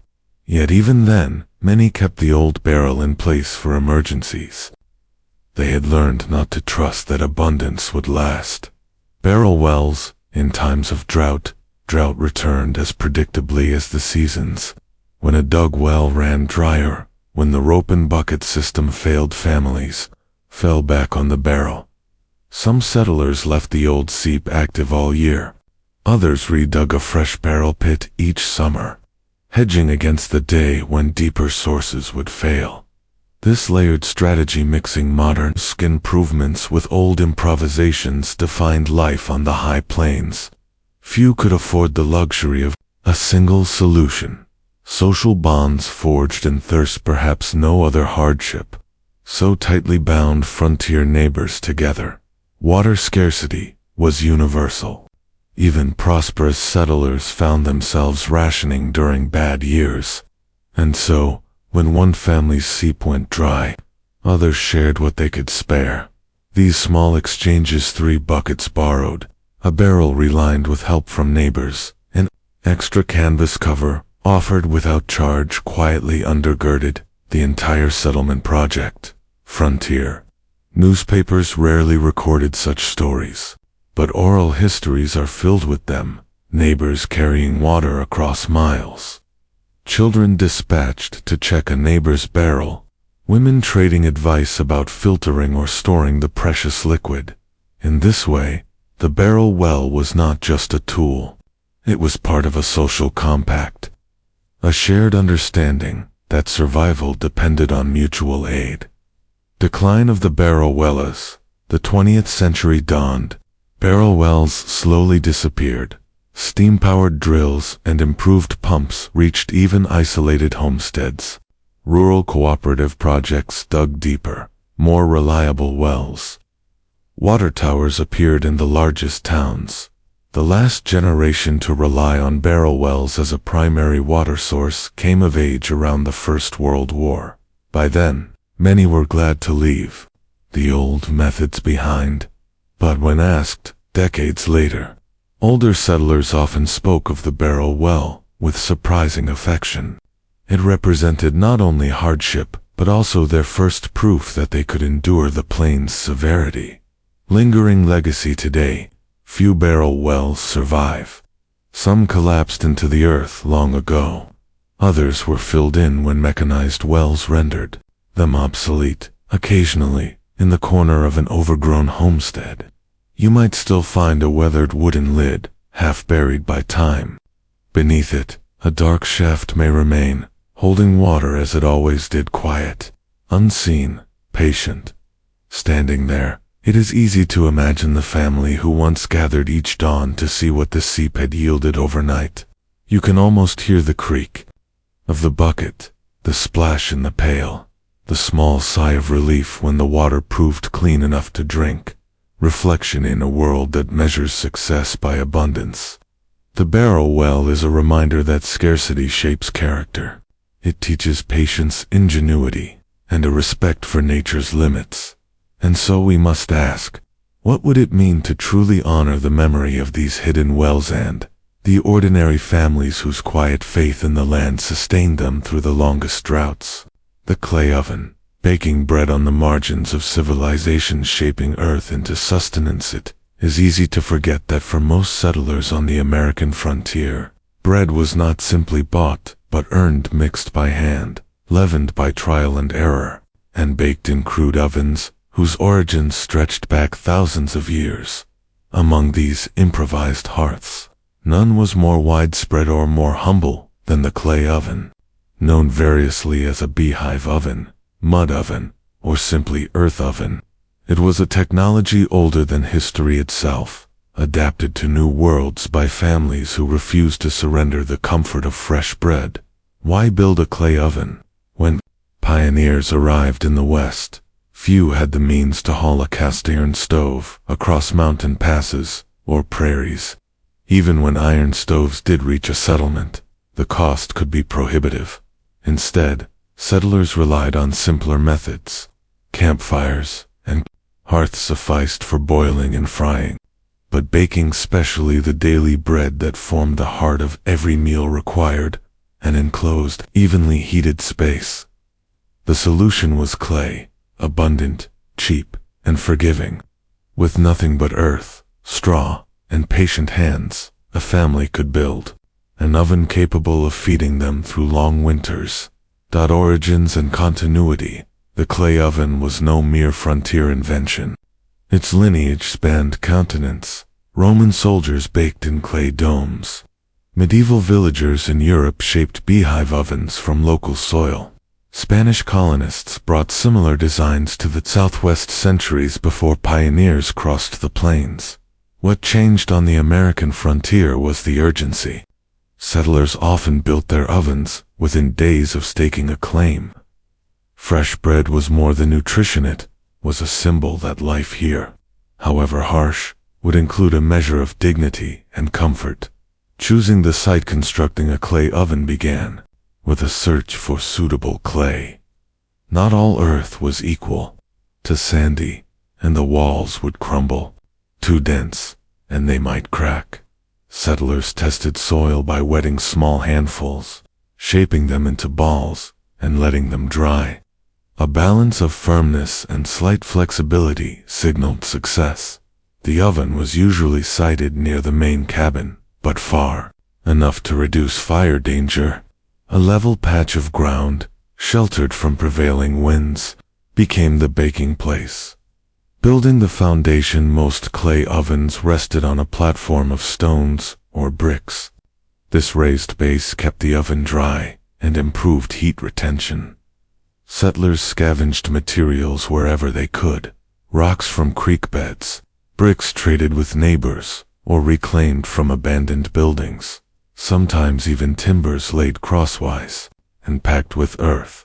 Once the foundation was level, construction began in earnest. Shaping the dome, the basic design was simple, a rounded dome with a single opening, but the technique required care. Forming the sand mold, builders piled damp sand in a dome, shaping it by hand.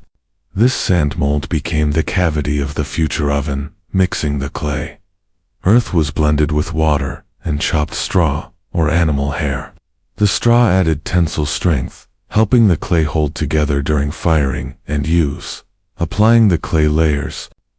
The first layer of clay was patted firmly over the sand, usually 2 or 3 inches thick. After this layer dried slightly, a second layer reinforced the structure. Drying.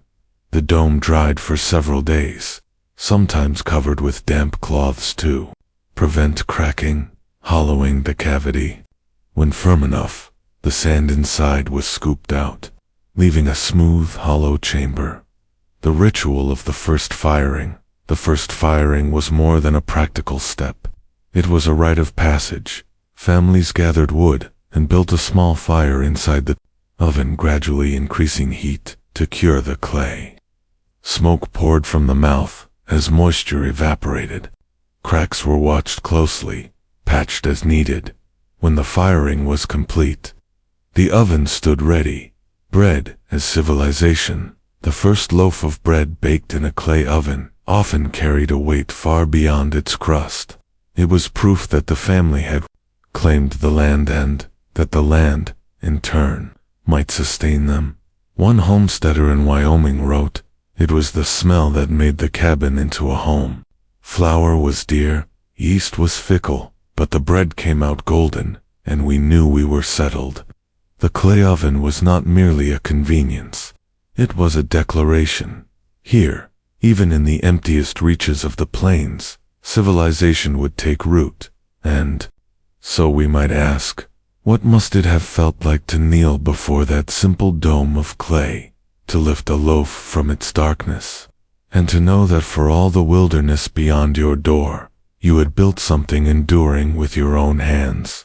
The discipline of daily bread. Once the clay oven was built, it settled into the rhythm of frontier life, an unassuming structure that demanded attention and care at every stage. To the casual eye, it was just a dome of earth, smoke-blackened and cracked. But to the families who depended on it, the oven was both a tool and a teacher, shaping habits of patience, economy, and skill that no other appliance required, gathering and preparing fuel in, like a modern stove. The clay oven could not be turned on with a twist of the hand. Each baking day began hours in advance.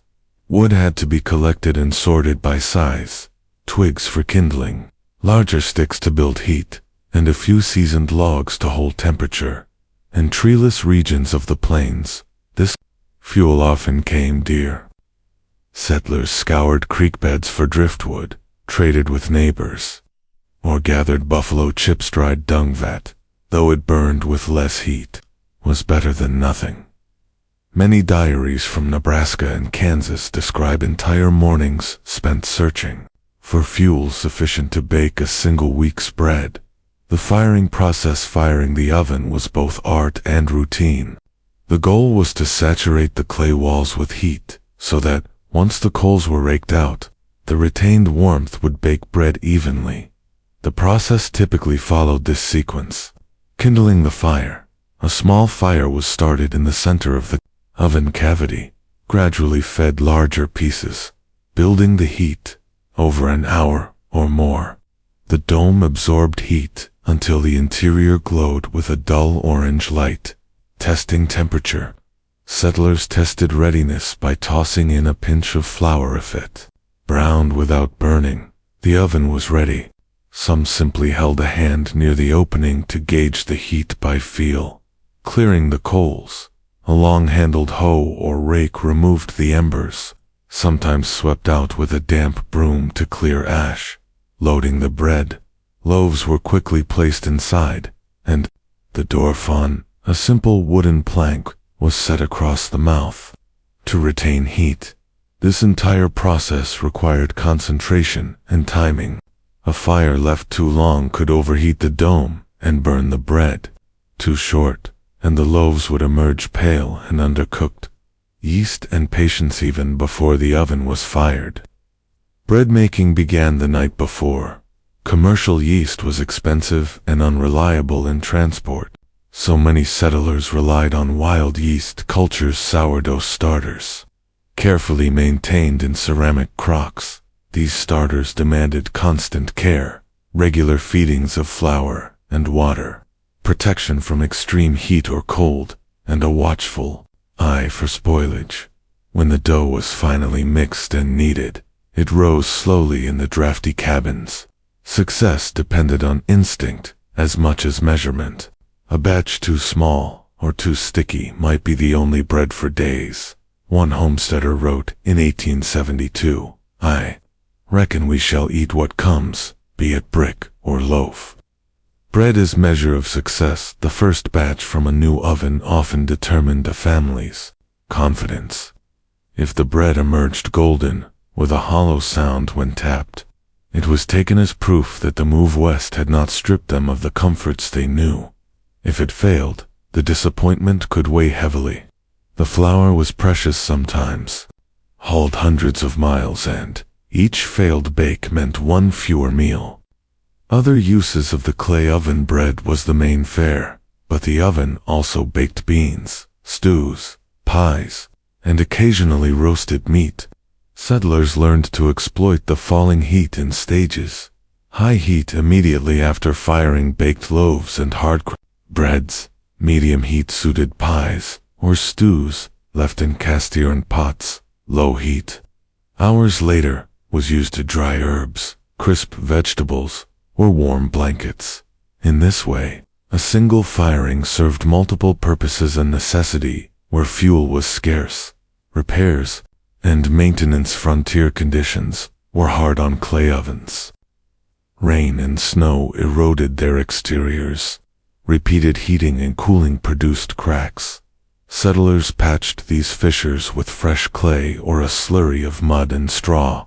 In winter, some covered the oven with canvas or timber to protect it from frost damage. No matter how well maintained, most ovens required rebuilding every few years. This was simply accepted, a regular task woven into the cycle of life. A place of gathering perhaps more than any other tool. The clay oven drew people together. Neighbors sometimes pooled resources to fire the oven and bake communally. Women exchanged recipes, offered advice, or shared precious leavening. Children waited nearby, noses filled with the smell of fresh bread. These moments of shared work and anticipation, mundane yet profound, became markers of time as surely as any. Holiday. A quiet triumph. Each successful bake was a small victory over the wilderness. In an era when nothing came easily, a fragrant loaf meant more than nourishment. It was reassurance that civilization could persist, however humble, on the margins of settlement. And so, we might ask, when the families gathered around the oven, watching the crust brown in the dim light, did they realize they were part of a tradition older than any nation, an unbroken chain of hands shaping earth into sustenance? The last loaf and lingering warmth. As the years passed and settlements grew, the clay oven gradually receded from daily life. General stores began to stock cast-iron cookstoves and small ranges, costly investments, but worth the price for families weary of kneeling in the dirt to tend an earthen dome. Yet even as these modern appliances spread, the clay oven did not vanish all at once. Many homesteads kept it in working order long after a stove appeared in the kitchen. For some, it was simply more efficient to bake a week's bread in one great batch. For others, the old oven represented something deeper, a memory of the first season when they learned to coax sustenance from an indifferent land. The arrival of modern convenience. By the late 1880s, traveling salesmen offered cast-iron stoves in catalogs in town stores. A typical advertisement promised faster baking, consistent heat, and the promise of civilized domesticity. With a stove came the convenience of baking indoors, shielded from prairie winds and summer storms. No more scouring riverbeds for fuel or testing oven temperature by hand. Still, the transition was not always simple. Fuel remained scarce. The best soft coal or cut wood had to be hauled at great expense, and the new stoves, prized though they were, demanded careful tending too. The ritual of the last bake. Many families marked the transition by preparing one final batch of bread in their clay oven. It was often an occasion, quiet but memorable, recorded in diaries with simple pride. One homesteader in Kansas wrote, "Baked the last loaf in the earth oven. Mary says it tastes sweeter for being the last." That final firing was both farewell and testament, proof that the humble dome had sustained them through years of want, Afterward, some ovens were left to crumble, others were covered with planks or used to store tools. A few were maintained for special occasions, a link to the past that felt too important to abandon entirely. Echoes of older worlds even, as the frontier moved westward. The clay oven remained a living bridge between the old world and the new. The design had changed little in centuries. Earth mixed with straw, shaped over a mound of sand, fired with fuel that cost nothing but time. Its endurance was proof that innovation is not always about novelty. Sometimes, survival depends on preserving the oldest methods, applying them with whatever materials lie to hand. Bred as memory decades later. When children of the prairie homesteads grew old, they often spoke most vividly not of the hardships, grasshopper plagues, the prairie fires, the freezing winters, but of the smell of baking bread. It was a constant in a life of change. No matter how barren the land, no matter how uncertain the harvest, there was always a loaf imperfect, but sustaining waiting in the oven's warm darkness. Preservation and rediscovery today. Historians and reenactors sometimes rebuild clay ovens, not for necessity, but for understanding. Standing before a new dome, mixing clay with straw, one can feel a fleeting connection to the millions of nameless bakers who came before, each one shaping earth into sustenance, each one believing that no hardship could sever the bond between labor and nourishment. Even in this modern era, when food comes wrapped and labeled, the clay oven retains its quiet power. It reminds us that bread is not merely a commodity, but a testament to patience, ingenuity, and hope. Reflection and so, in the end, the clay oven was more than a tool. It was a declaration that, however far from familiar cities and comforts, a family could claim a corner of the world and make it a home. It was the proof that civilization was not only a matter of technology or wealth, but of will, the determination to make, with one's own hands, something that would feed the body and reassure the spirit. And so we must ask, when the last loaf was lifted from that dark, fragrant chamber, and the oven was left to cool, did the family feel they were closing a chapter of their lives? Or did they understand that, in some way, the warmth of the clay would remain with them always? The glass insulator, fragile connections across the plains, a thread of wire, and a voice in the darkness picture, a stretch of prairie in 1883. The grass ripples in a restless wind. Somewhere in that emptiness stands a single telegraph pole, crowned with a pale blue-green object that glints when the sun catches it. Just so a glass insulator. To most today, it is little more than a collector's curiosity. But in its time, this unassuming bell of pressed glass was a vital link to the wider world. The telegraph arrives before telegraphy. Frontier life was measured by isolation. A message sent east might take weeks by stagecoach or mail wagon. News from distant kin, updates on crop prices, even word of national elections. Every letter arrived late.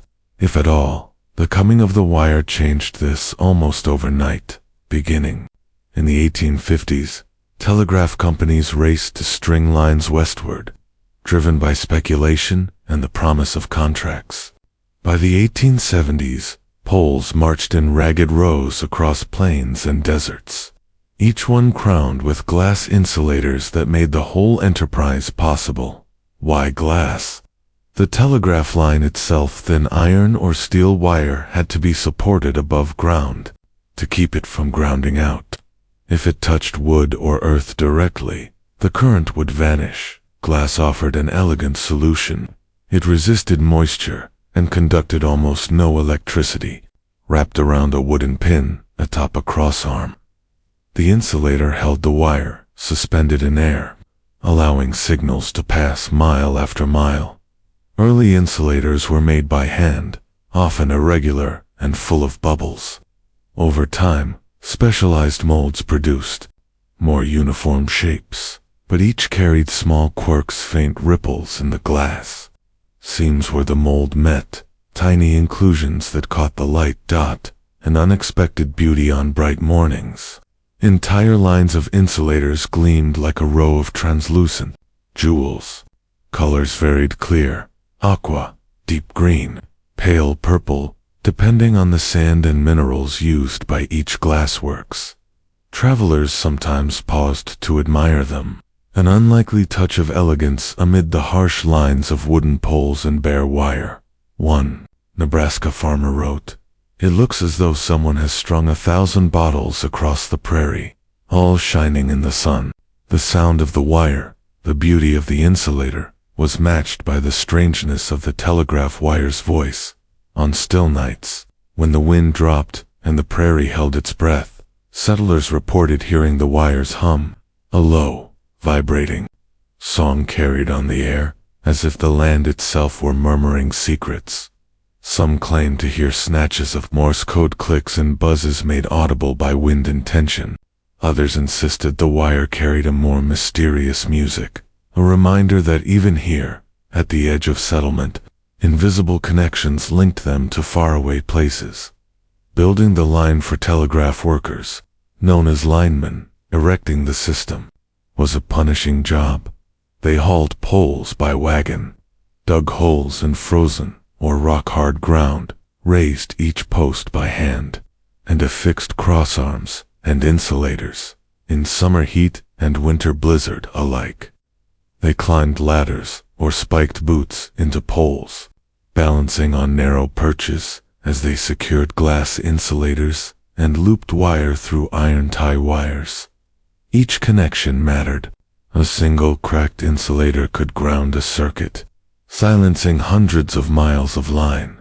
Living with the telegraph once operational, the telegraph office became the settlement's nerve center. A wooden shack, warmed by a potbelly stove, held the clicking relay and the operator's key.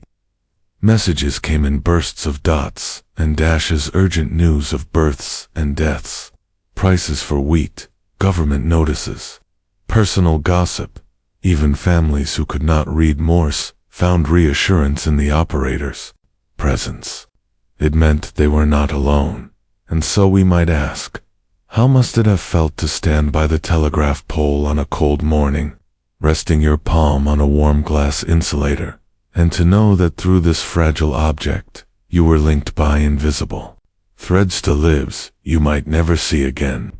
Cracks in the line, messages through the storm. If the glass insulator was the quiet custodian of telegraphic communication, it was also a point of constant vulnerability. Its strength lay in its simplicity. But the frontier was unkind to fragile things, as the American landscape stretched endlessly outward, hot in summer, frozen in winter, shaken by storms, and stampeded by buffalo. The insulators atop each pole stood guard against 1,000 small threats. Glass under pressure. The most common hazard was weather. In regions where temperatures dropped below freezing, moisture could seep into the tiny seams of an insulator. At night, it froze and expanded, spidering cracks through the glass. Some insulators shattered altogether, leaving the wire to dangle bare against the wooden peg, instantly shorting the line. Others stayed intact, but grew cloudy with age, to linemen as foggers, and could leak signal during rain. In drier regions, the problem was dust. Fine prairie dirt settled in the threads, where the insulator screwed onto its wooden pin, forming a conductive bridge in high humidity. To mitigate these problems, linemen were dispatched on regular inspection rides, sometimes on foot, sometimes horseback, later by rail handcar, checking pole after pole for signs of damage. The constant repairs in the spring and fall, linemen became some of the most overworked men in the territories. A lightning storm could knock out dozens of insulators in a single strike, sending sharp white fire coursing through the wire. If the insulator didn't shatter outright, it often melted into misshapen blobs. In tornado-prone areas, entire stretches of poles were known to vanish overnight. The line would go dead, and operators would wait hours or days before someone arrived, with news of splintered timbers and missing glass. Yet, despite the breakages, the system endured. Linemen became experts at improvisation, reusing fragments of salvaged insulators, fashioning makeshift supports, and tying splices in the wire with a kind of practiced elegance. Each repair returned the thread of connection between places that might otherwise remain silent for weeks. Messages of life and loss. The power of the telegraph was not only technical, it was emotional in the hands of skilled operators. Entire lives were condensed into a few lines of Morse. Mother very ill. Stop come if can stop price. Wheat dropped 4 cents. Stop hold cargo. Stop baby born healthy. Stop marry well. Stop for frontier families. The arrival of a telegram could mean anything from the joyous to the devastating. The local operator sometimes chose whether or not to read messages aloud, depending on urgency, privacy, or whether the recipient could read at all. One Colorado settler recalled the day a telegram arrived announcing her brother's death in Ohio. The message came before sunrise. The glass was still wet with dew when I fetched it. I could not read the words myself. Mr. Calhoun read them aloud and took off his hat. The sound of connection within the telegraph office, the insulator's role, became almost spiritual. Without them, there would be no sound, no tick of the armature, no rhythm of dots and dashes. The entire chorus of connection depended on glass holding itself between metal and wood, through rain and wind and time. Operators came to trust their lines like lifelines. They could tell, by the tone or pitch of the signal, whether the connection was strong, or if something of broken glass, a grounded pole, a fallen branch, had muffled the current. There was a strange intimacy in this, human minds interpreting electric impulses, filtered through thousands of fragile, shining glass bells nailed to weathered wood, telegraph poles as landmarks of for those who didn't use the telegraph. The poles and insulators shaped the visual landscape. They marked roads and railways, guided lost travelers, offered fence wire in desperate times. Children sometimes shot at the insulators for sport, turning stern. Rebukes from adults who knew how much each one cost to replace. But they also became quiet companions to the land.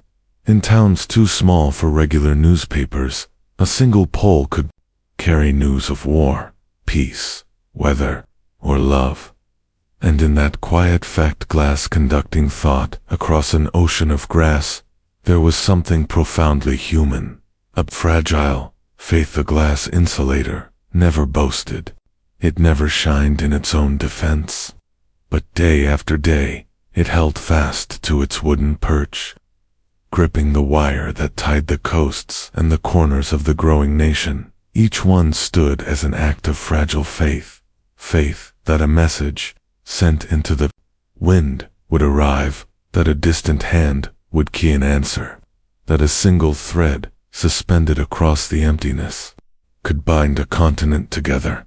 And so, we must ask, when a lineman climbed a pole in the dead of winter, lantern in hand, to replace a cracked insulator with a fresh one, did he understand he was not just fixing glass, but preserving the delicate promise of connection? The last signals, and the quiet afterward. By the turn of the 20th century, the glass insulator had become so commonplace on the American landscape that most people ceased to notice it.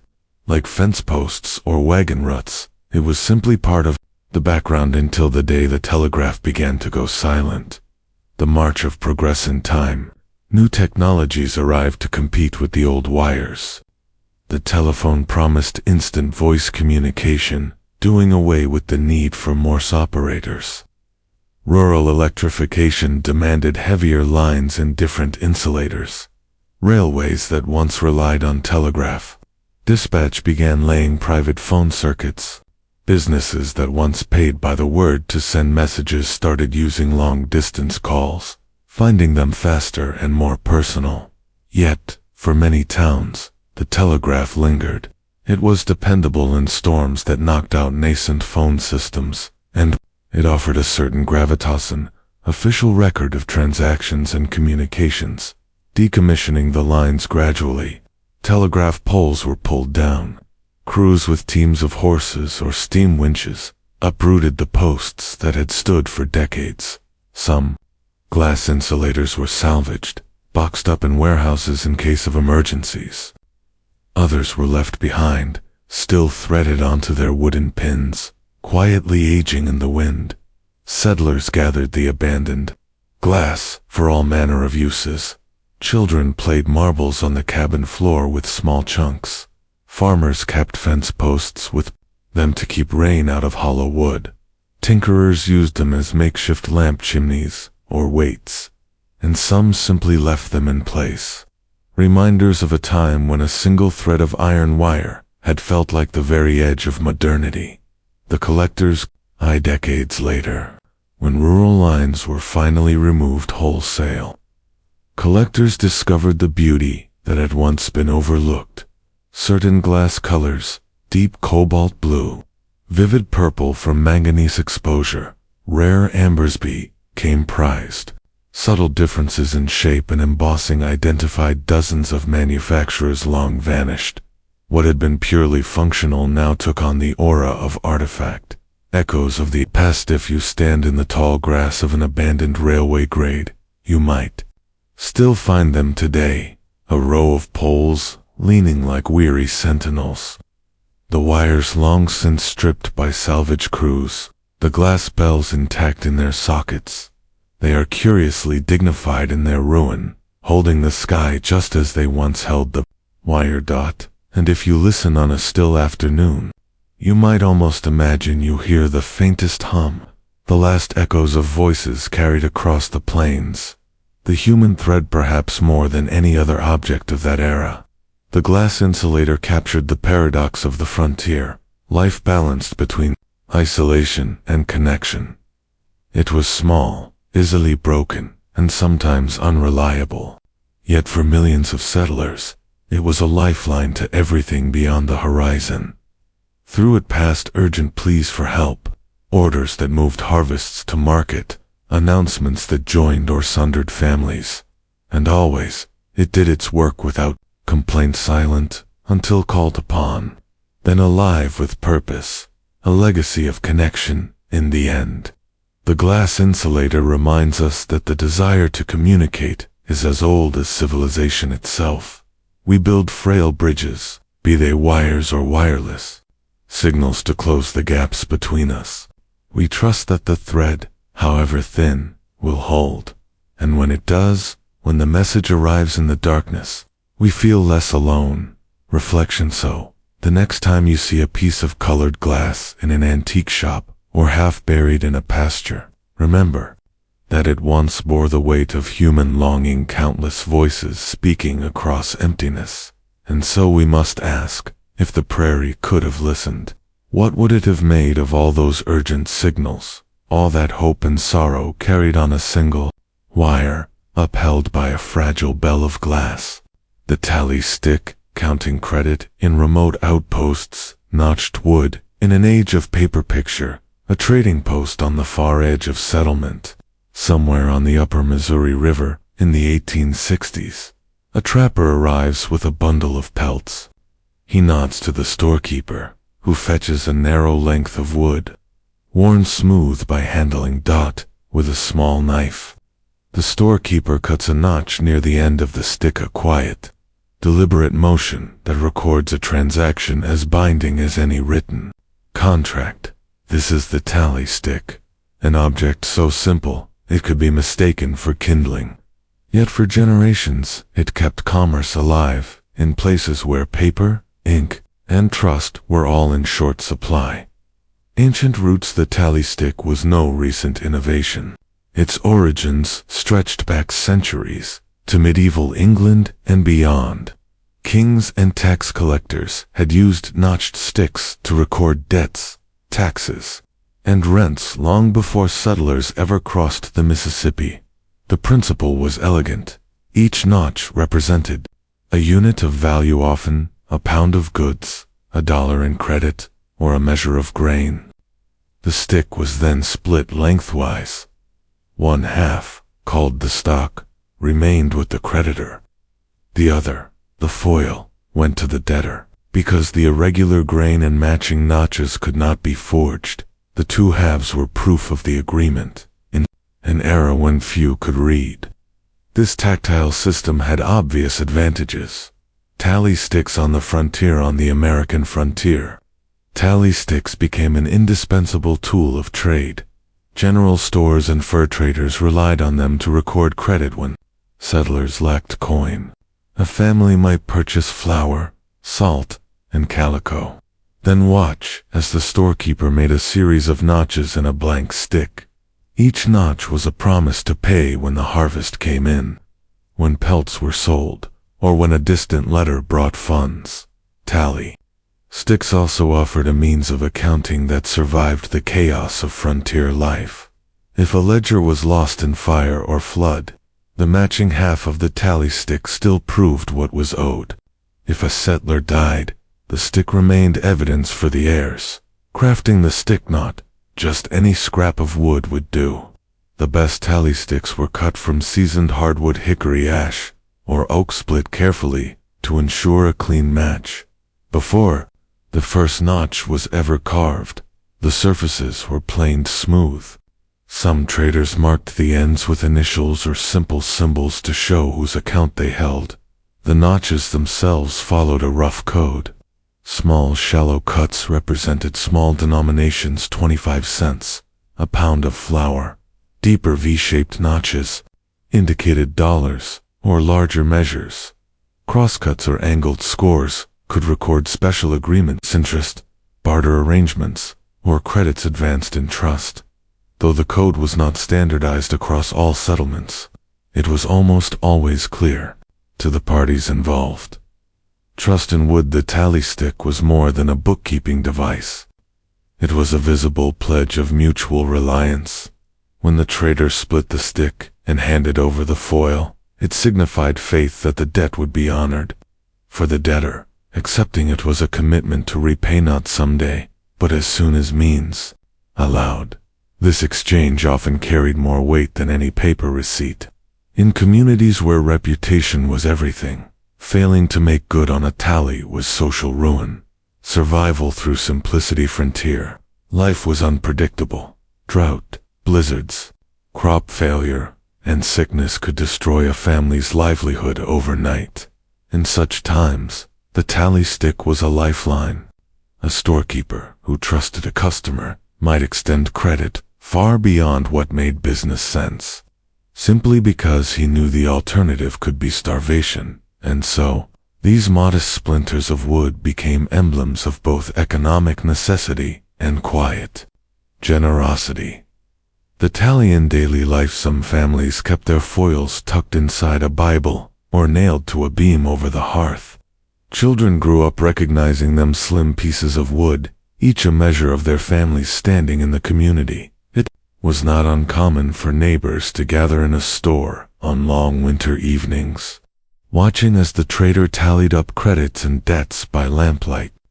In a world of uncertainty, the notches offered a reassuring record, evidence that even here, in the most remote outposts, order could prevail.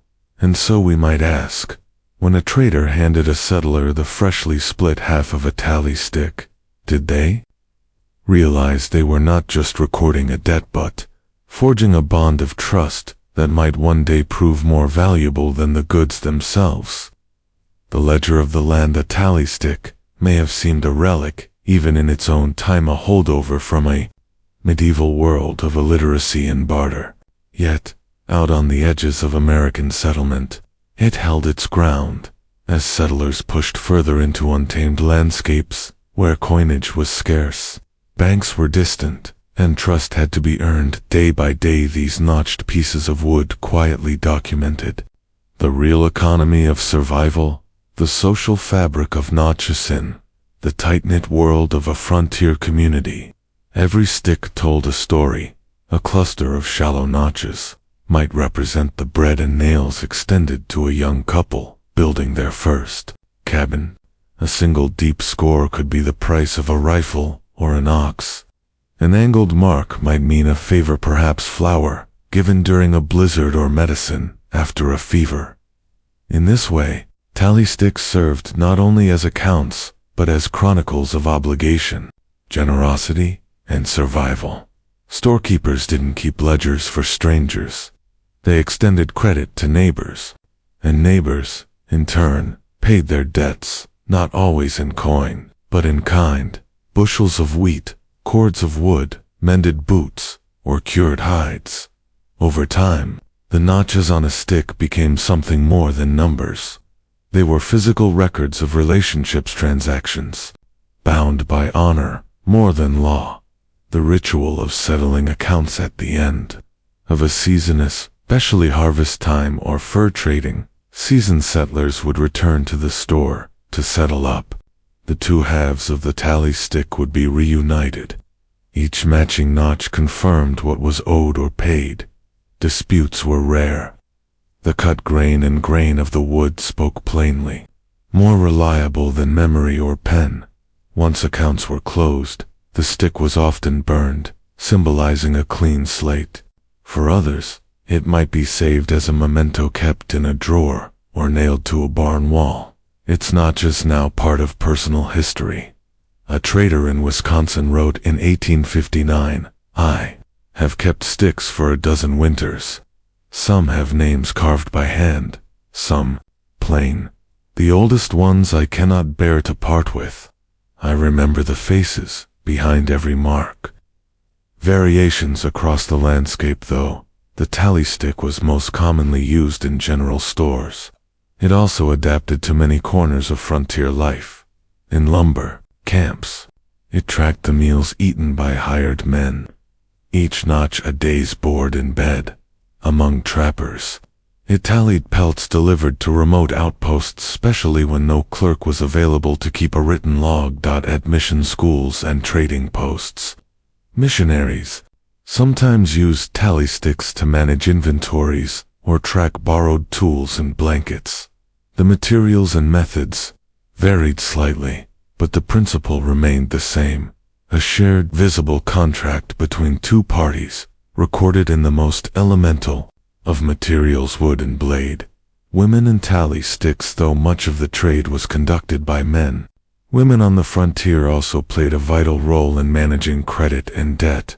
A widowed farmwife might rely on tally sticks to stretch her household budget, trading baked goods or homespun for needed supplies. Women storekeepers, less common but not unknown, used tally sticks as efficiently as any man, often noting household-specific marks on the ends of sticks to differentiate accounts. And women, too, remembered. A stick handed down from mother to daughter might serve as both account and heirloom, a quiet record of resilience, trust-tested and broken, of course. Not every stick told a tale of honest dealing. Occasionally, a debtor disappeared, taking their foil and their promise with them. In such cases, the stock half remained a mute reminder of misplaced trust. Storekeepers sometimes burned these incomplete sticks in frustration. Others kept them in bundles, perhaps hoping the debt would one day be repaid, or simply unable to discard what once represented faith. A few became cautionary objects. In one case, a Vermont store owner nailed several unsettled sticks to the wall behind his counter, each tagged with the name of the person who'd failed to pay an early, wooden version of a credit blacklist. The transition to paper by the 1880s and 1890s. The tally stick began to give way to paper ledgers. Railroads brought printed forms and notebooks. Typewriters, ink, and ledgers became cheaper and more common. Young clerks were trained to use pen and column instead of knife and wood. The advantages were many: precise arithmetic, legibility, duplication. But some traders resisted the shift. One Idaho storekeeper continued to use tally sticks until 1904. He claimed he could see more in a stick's grain than in a book's page. And perhaps, for those who had lived by the stick, there was a kind of memory and meaning in it that paper never quite captured the grain of memory in the end. Tally sticks weren't just about economics. They were about memory and community, obligation and trust. They kept people honest, not because of law, but because of shared understanding.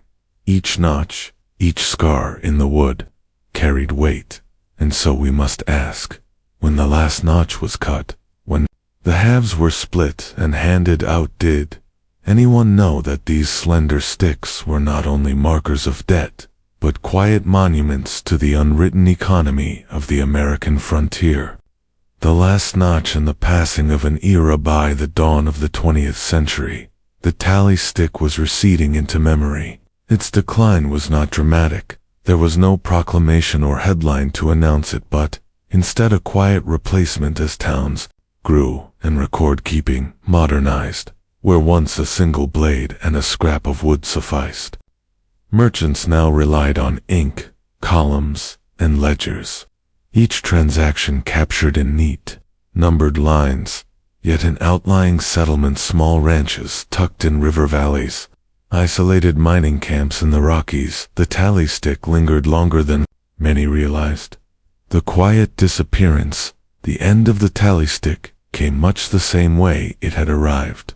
Gradually, almost invisibly, young clerks, educated in bookkeeping and taught the virtues of standardized forms, saw little need for the old ways.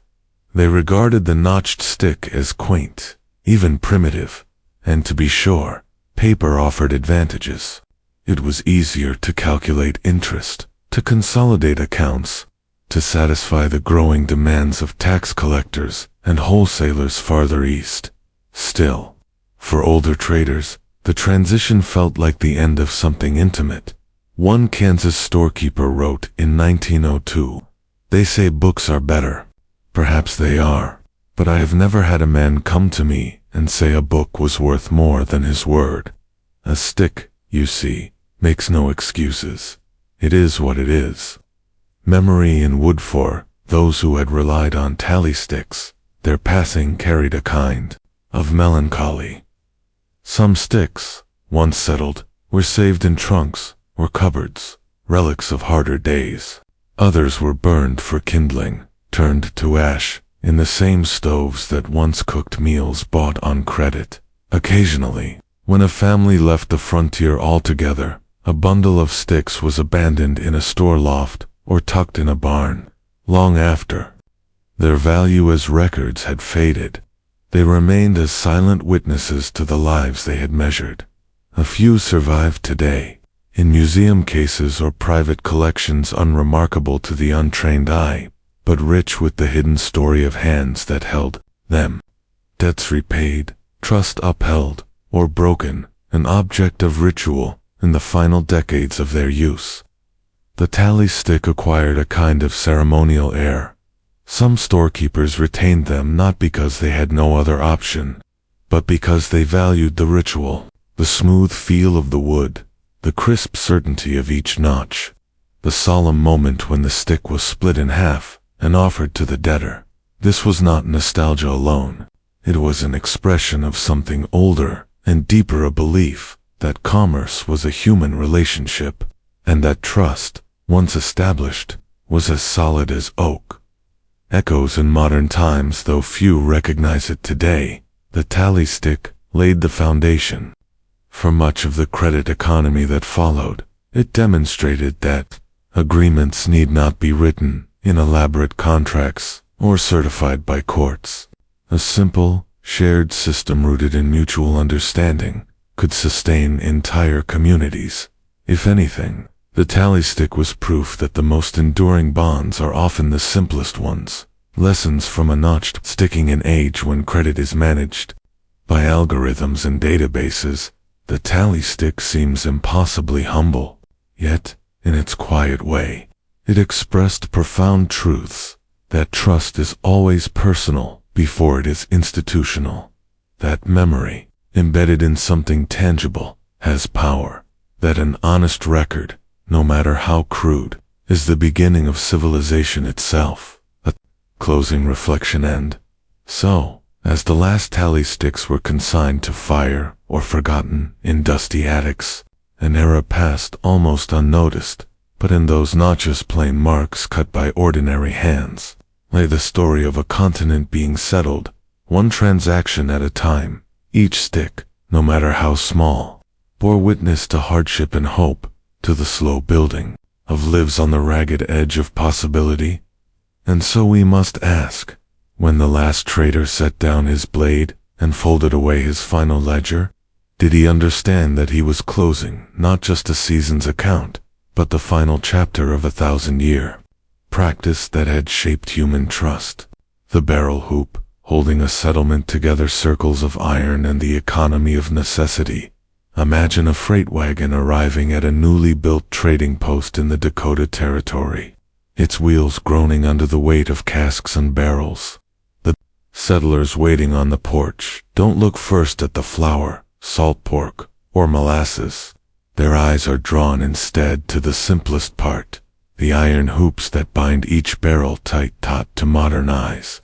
A barrel hoop seems unremarkable, plain steel, or iron band, often discarded once its cask was empty. But in frontier settlements, nothing was wasted, and these slender circles of metal became vital tools of survival. The barrel itself was a marvel of cooperage. Curved staves, shaved to precise angles and cinched together so tightly that liquid could not escape. But it was the hoop, more than any other part, that held the vessel firm against the pressures of transport and time. A barrel's journey. A barrel left a long trail behind it. It might be manufactured in Ohio, packed with salted fish in Boston, loaded onto a flatboat on the Mississippi, then hauled by ox cart across hundreds of miles of prairie. By the time it reached a general store or homestead, its hoop had been hammered and tightened repeatedly to keep the staves from loosening. The hoops themselves varied in width and thickness, depending on the cask's intended contents. Thick, broad hoops reinforced barrels of heavy hardware, grain, or liquor. Narrow, lighter hoops were used on smaller kegs and firkins of butter or nails. When a barrel was finally emptied, whether of salt, flour, sugar, or whiskey, the hoops became precious salvage, the currency of scrap out on the margins. Iron was not easily come by. Blacksmiths had to order raw stock months in advance, and freight was prohibitively expensive. A discarded hoop, then, was far more than trash. Settlers learned to flatten and cut hoops for countless repairs. Barrel repairs themselves, when a stave cracked or loosened, hinges and strapping, when leather or rope was scarce, makeshift sled runners for hauling firewood in winter, brace strips to shore up a wagon bed or reinforce the cabin door. Some hoops were snipped into short lengths and sharpened into blades or scrapers. Others were heated and bent into hooks, handles, or rudimentary hinges. An Iowa homesteader wrote in 1871, "We prize the hoops above the barrel. The flour is soon gone, but the iron endures."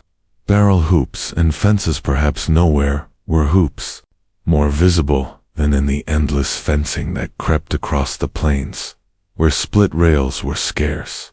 Settlers pieced together barriers from woven brush and barrel hoops, a series of overlapping iron bands, nailed or wired to posts, could keep out livestock at least temporarily. In places where blizzards or drifting snow destroyed wooden fences, iron hoops survived. Flexing without snapping, they became such a familiar sight that travelers wrote of hoop fences, marking the boundaries of early homesteads, tools of improvisation. The frontier was, by necessity, a place of constant adaptation. Blacksmiths prized hoops because they could be forged without waste.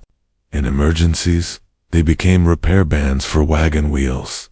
If a cabin roof sprang a leak, a hoop might be hammered flat and nailed over the gap. In lean seasons, families collected hoops and traded them like currency, fact recorded in at least one trading post ledger, where 5 iron hoops were credited toward the purchase of seed corn. more than metal for all their plainness. Barrel hoops symbolized a certain Spiritan ethic of utility and frugality that defined settlement life. Nothing was too small or too ordinary to matter. Every object, once stripped of its original purpose, could be pressed into service again and again.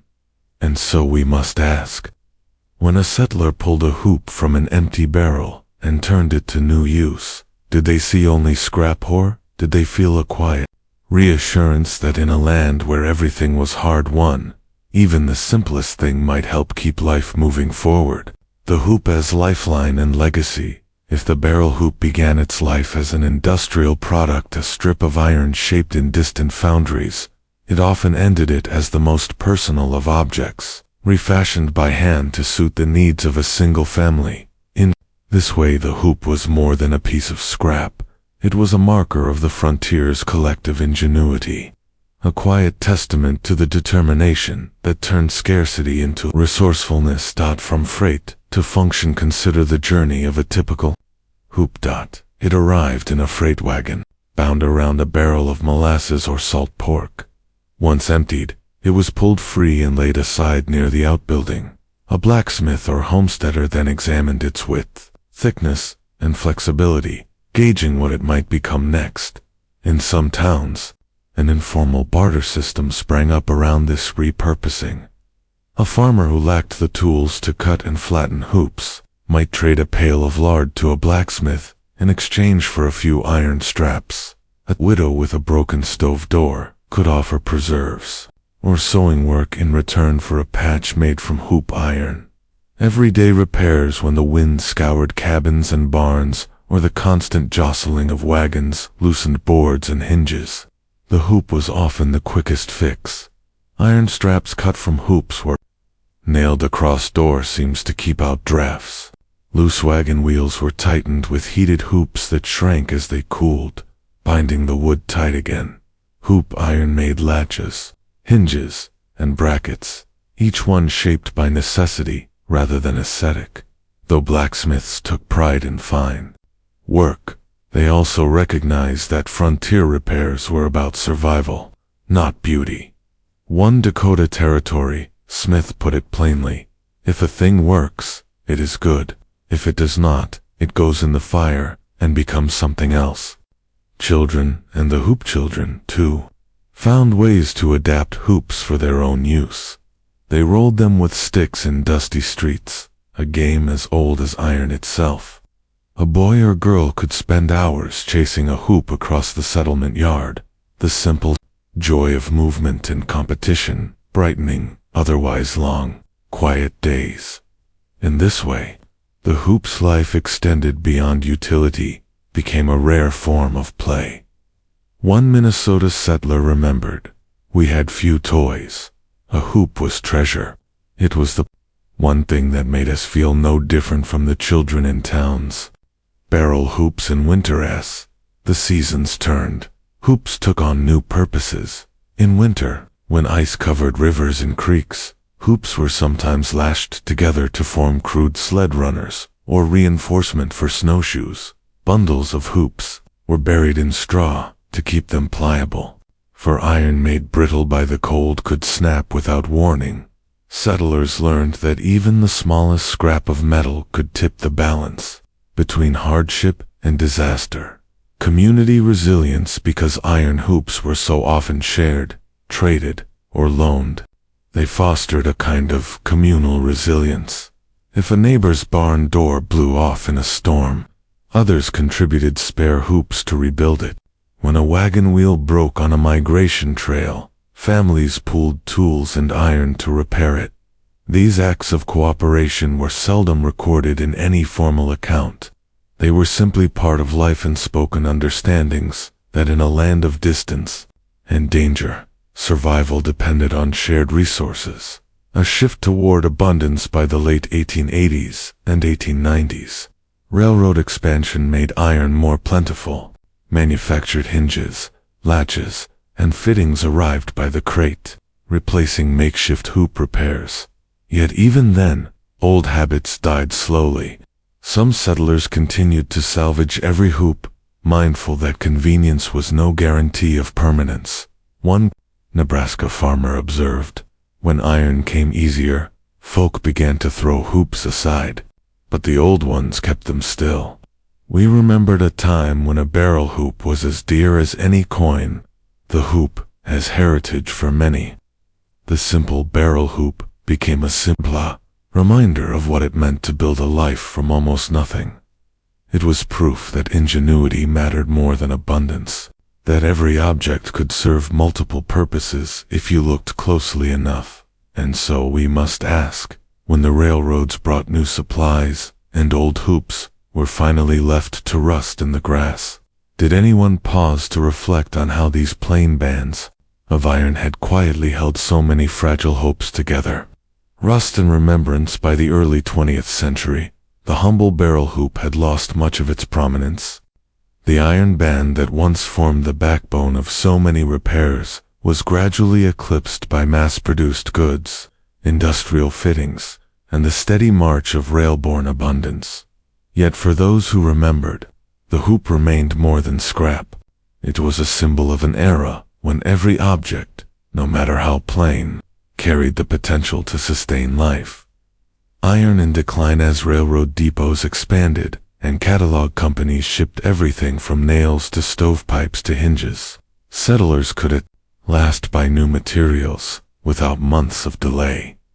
Storekeepers offered machine-cut brackets, uniform lengths of strap iron, and hinges with factory-stamped patterns, products that cost less in labor, even if they cost more in dollars. Young homesteaders, born after the worst scarcity had passed, looked upon old hoops with curiosity. Why save bent, rusted iron when brand new hardware was only a train away? The older generation offered no long explanations. They simply gathered what remained and set it aside, unwilling to discard the iron that had once been so hard to come by, rusting in the grass on many abandoned homesteads. You can still find barrel hoops. They lie half-buried near collapsed barns or poking from the grass where wagons once stood. Some are twisted beyond recognition, broken under the weight of time, weather, and the prairies slow reclaiming. Others remain largely intact, their surfaces scaled with red-brown rust, their shape unchanged. A hoop weathered by decades is an unremarkable sight. Yet to those who understand its story, it is a kind of artifact, a silent witness to the days when every fragment of iron had a purpose. Stories. In the metal, the barrel hoop was never romantic. It did not inspire ballads or adorn keepsake boxes. Yet, in the quiet spaces between settlement and wilderness, it shaped the rhythms of daily life more profoundly than most inventions. Each time a homesteader pried a hoop loose from an empty barrel, they made a choice to believe that even a discarded thing could be useful, that improvisation was stronger than hardship, that survival came not from what you possessed, but from how you used it. The generosity of salvage, one of the most remarkable qualities of the hoop, was how easily it passed from hand to hand.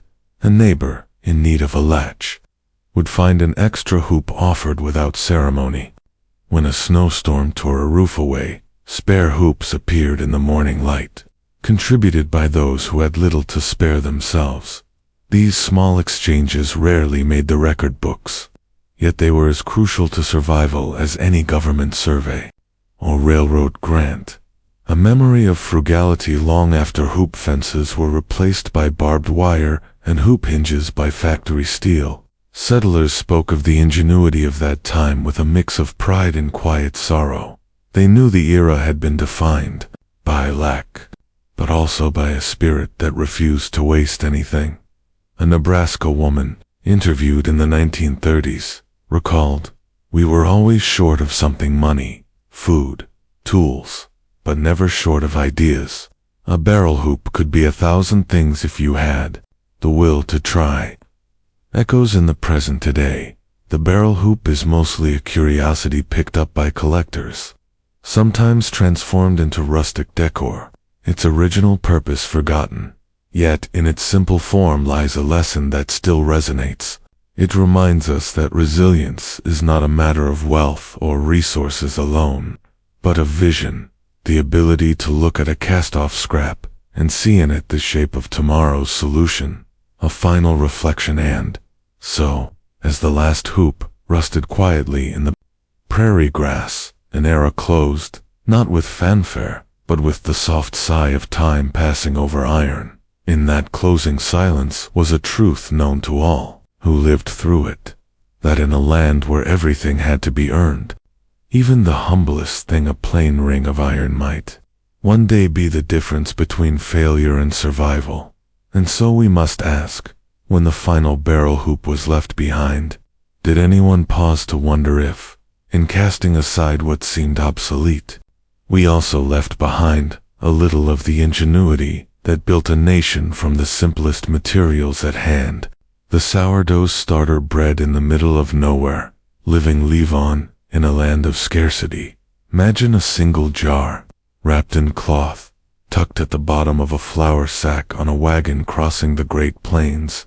In that jar was not gold, nor medicine, nor seed.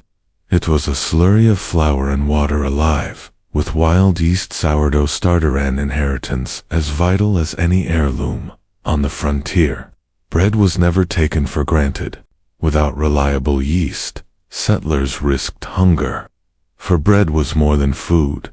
It was a daily reassurance that life, however hard, could still rise again. The origins of sourdough. Long before modern commercial yeast, humans depended on sourdough, long ancient technique practiced from Europe to Africa to Asia. In this process, airborne yeasts and lactobacilli found in flour, and the environment colonized a wet dough. With warmth and time, these microorganisms transformed it into a bubbling ferment to keep it alive. The cook fed it with fresh flour and water. The starter could be handed down from one generation to the next, growing richer and more reliable with age.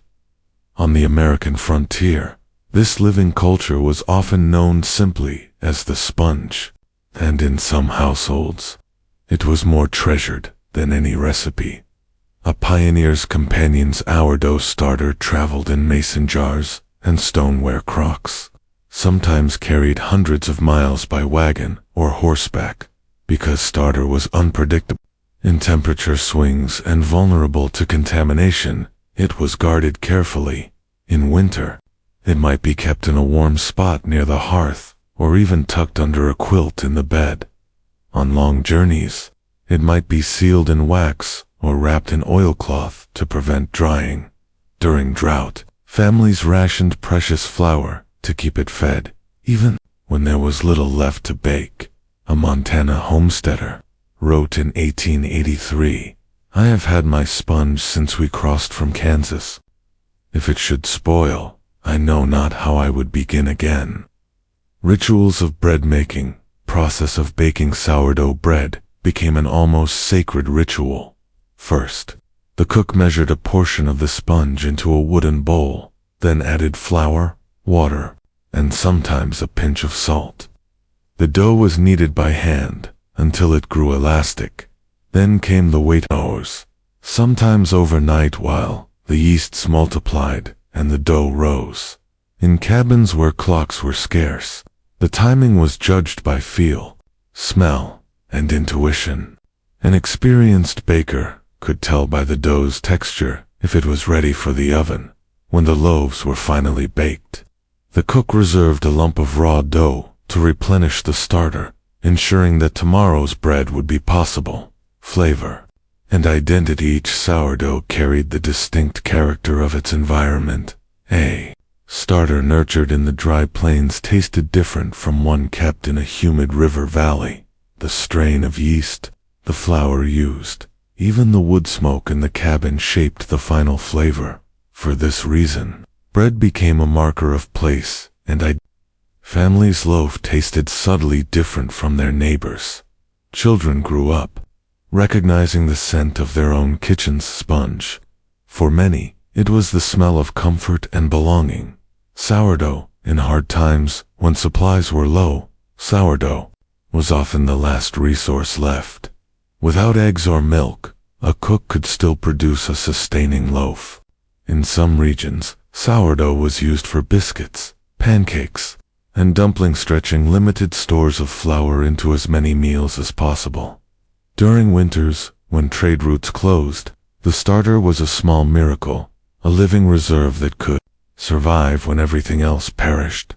One settler recalled, "We had little that winter, only meal and salt, but the sponge kept. We ate bread every day, and in that we were rich." A thread of continuity in communities, often defined by transience and upheaval. Sourdough starter offered continuity. No matter how many times a family moved, the starter moved with them. It was a link to the kitchens left behind, a promise that, wherever the road ended, there would be bread. And so we must ask, when a pioneer unwrapped a jar of sponge after weeks on the trail, did they understand that within those bubbles lived the memory of every hearth they had ever known, a culture passed hand to hand? The importance of sourdough on the frontier cannot be overstated. While other supplies could be bought or traded when the next wagon train arrived, a starter was different. It had to be kept alive. This dependence on a living culture forged habits of care that transcended practicality. It also created quiet connections between households, for in times of need, one neighbor's sponge might save another from going without. Sharing the sponge when a family's starter failed, spoiled by mold, or left too long unfed, they did not always have the means to begin anew. Capturing fresh wild yeast was unreliable, and weeks could pass before it was ready to bake. In such times, settlers turned to their neighbors. A spoonful of someone else's starter, carried in a tin or wrapped in damp cloth, was all it took to renew a household's bread. These exchanges were acts of quiet generosity.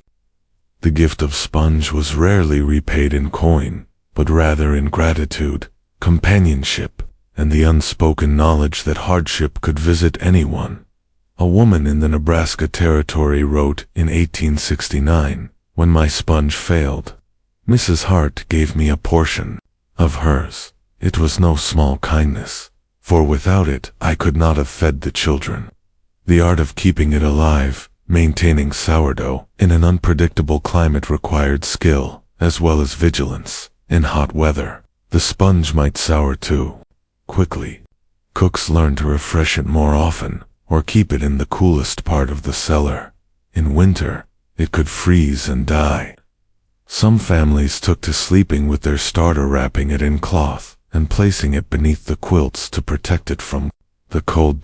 This intimacy, literally warming the yeast with one's own body heat, underscored how essential the starter had become.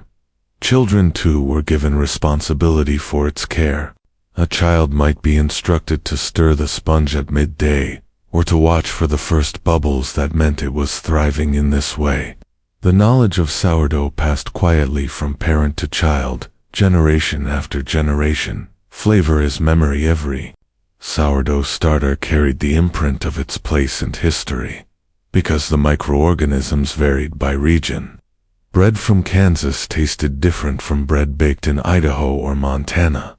Even within a single town, each family's sponge developed its own character, more tangy or mild, more airy or dense. These subtle differences became a source of pride and recognition. A visitor could sit at a table and, after the first bite, say, "Ah, this is Mrs. Wilkins' sponge. She has the finest leaven in the valley." Such comments were compliments of the highest order, acknowledging the baker's skill as well as the lineage of her starter. Bread as sustenance and symbol for many. Sourdough bread was more than calories.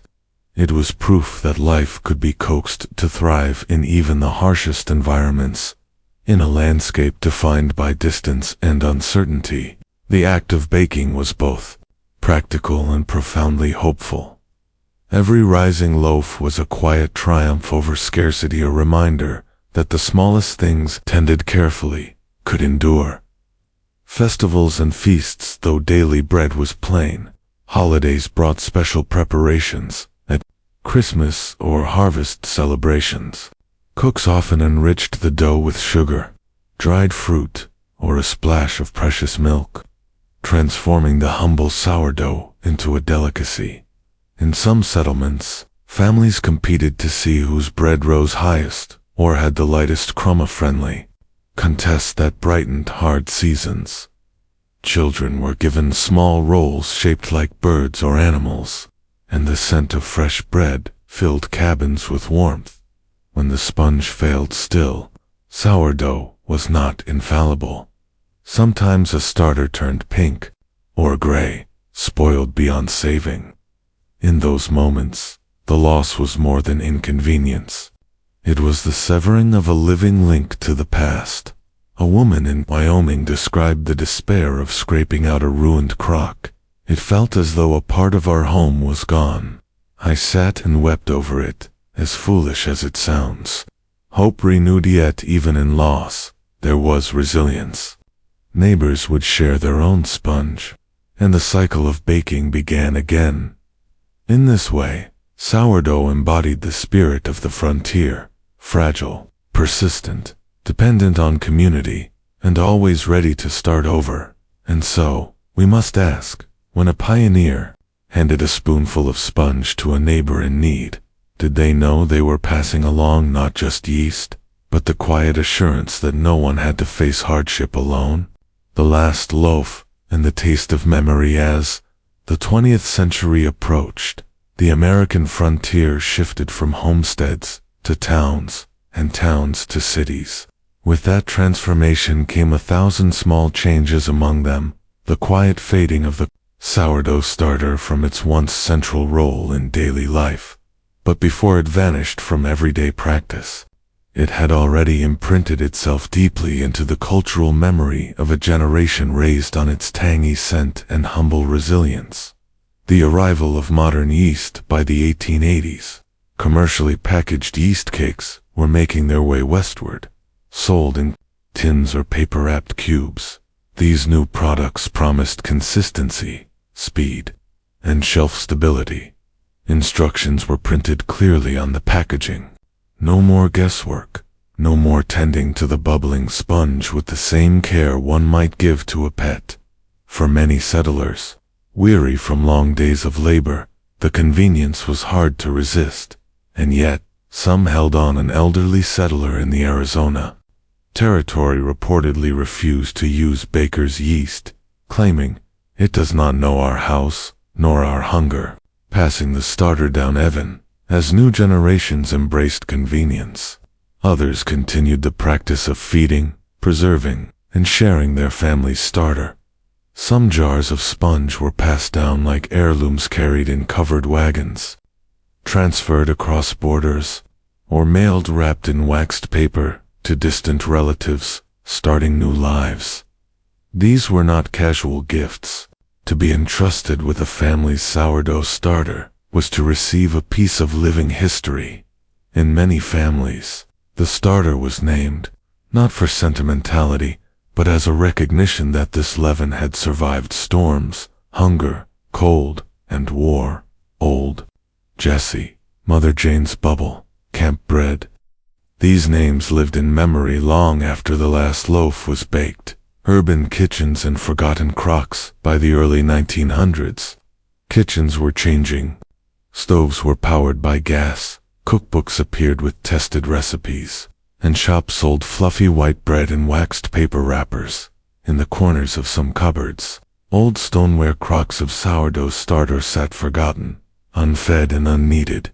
They dried into gray crusts, or turned sour in ways no one had patience to salvage. One woman, writing in 1911, noted, "My grandmother's starter was thrown out by the maid, who said it had gone bad. I felt like a bridge had been broken." A taste remembered. Despite its decline, the memory of sourdough bread lingered. Veterans of the frontier could describe it in detail: the way it tore, the way it smelled, the taste that was both sour and warm and earthy. In some memoirs, It is one of the last things mentioned. A homesteader recounts her father rising before dawn to knead the dough. A soldier remembers sourdough biscuits carried in his saddlebag for days. A grandmother tells her children that nothing tasted as fine as the bread made from the starter we brought west. Revival and romance in the decades that followed. Sourdough would re-emerge not as necessity, but as craft in logging camps, gold rush towns, and wilderness cabins. The sponge survived. It passed into folklore, nicknames, sourdoughs for hardy old-timers, and recipe books passed from hand to hand. In time, the sourdough starter came to represent something larger than bread. It stood for the persistence of culture, the ingenuity of women who baked while nursing infants or chopping firewood, and the quiet routines that made life on the edge of survival feel like home. A living legacy even now, in modern kitchens. Some bakers still keep sourdough starters alive, fed, nurtured, and handed from one home to another. They do it not only for flavor, but because within that bubbling jar is a whisper of history. The family who crossed the plains with a jar wrapped in cloth, the mother who stirred the sponge each morning by firelight, the neighbor who shared their levain during a hard winter. A final reflection and so, as the last sourdough starters of the true frontier days faded away, or left behind in dry crocks, poured out, or simply forgotten, a small, living chapter of American history closed. Yet its story endures, because within every rising loaf, there is something more than flour and water and air. There is memory, there is care, there is the quiet, everyday hope that even in the harshest place, something warm and nourishing can rise again. And so, we must ask, when we bake from a starter kept alive across generations, are we merely making bread, or are we remembering the hands that stirred, the homes they built, and the courage it took to keep something alive in the middle of nowhere? Unlike city shops that stocked finished buttons in abundance, settlers had to rely on what their environment offered. Wood was often the easiest to find. Soft woods like willow or cottonwood were cut into thin discs, sanded smooth, and drilled for thread holes. Bone was saved from butchered animals, bleached, boiled, and sawed into shape.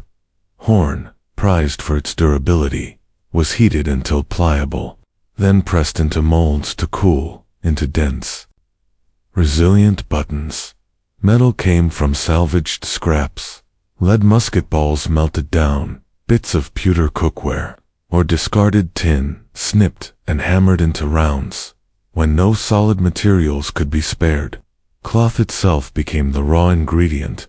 Circles of fabric stretched tightly over a wad of batting or wood, then stitched in place with meticulous care.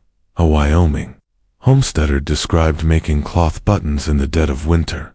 When the nights were too cold to sleep soundly, I would take up my lamp and sew them. It was a small thing, but it comforted me to know I could still provide. A ritual of self-reliance. Button making was often an evening ritual. When the day's work was done and the children tucked into bed, women gathered their mending baskets. They cut discs, heated the molds over the stove if needed, and worked by lamplight to fashion these tiny necessities. It was work that required patience but little attention, allowing the mind to wander, to remember, to worry, or to dream. In this way, the button mold became a quiet anchor in lives shaped by uncertainty. Teaching the next generation. Children were not excluded from this labor. Even the smallest hands could sand rough edges smooth with a scrap of hide, sort finished buttons into neat piles, thread needle and twine to attach new buttons to a father's shirt. These small tasks prepared them for the larger responsibilities to come. One Kansas pioneer wrote, "A child who learns to mend will never fear the loss of a thing, for they will know that hands can restore much that is lost." Barter and trade in settlements, where supplies were especially scarce, homemade buttons became a form of barter. A woman who excelled at casting uniform durable buttons might trade them for flour, sugar, or candles. A record from a Dakota Territory ledger in 1881 shows entries such as 12 horn buttons, 1 pound lard, 6 pewter buttons, half dozen eggs. Buttons in this sense were currency of necessity, a reminder that even the smallest crafts had value, preserving respectability though life on the frontier required constant compromise. Settlers still clung fiercely to a sense of respectability. A neat row of buttons on a worn shirt signaled that a family, however poor, maintained care and order. Sundays and special occasions especially demanded presentable clothing, and women labored to make sure each garment could be fastened and worn without shame. A Minnesota homesteader recalled, "No one wished to look like they had given up, so we patched and buttoned and stitched, because it said we were still trying." The button mold's quiet power, perhaps no other household tool was so emblematic of the frontier ethic.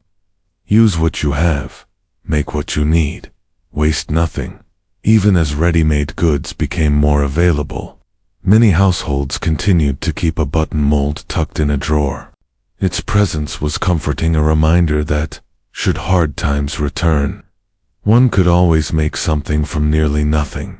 A pause for reflection and, so we must ask, when a woman finished a row of fresh buttons and set them aside for mourning, did she feel pride in their neat perfection, or did she feel a quiet relief that, at least in this small way, she could keep her world from unraveling?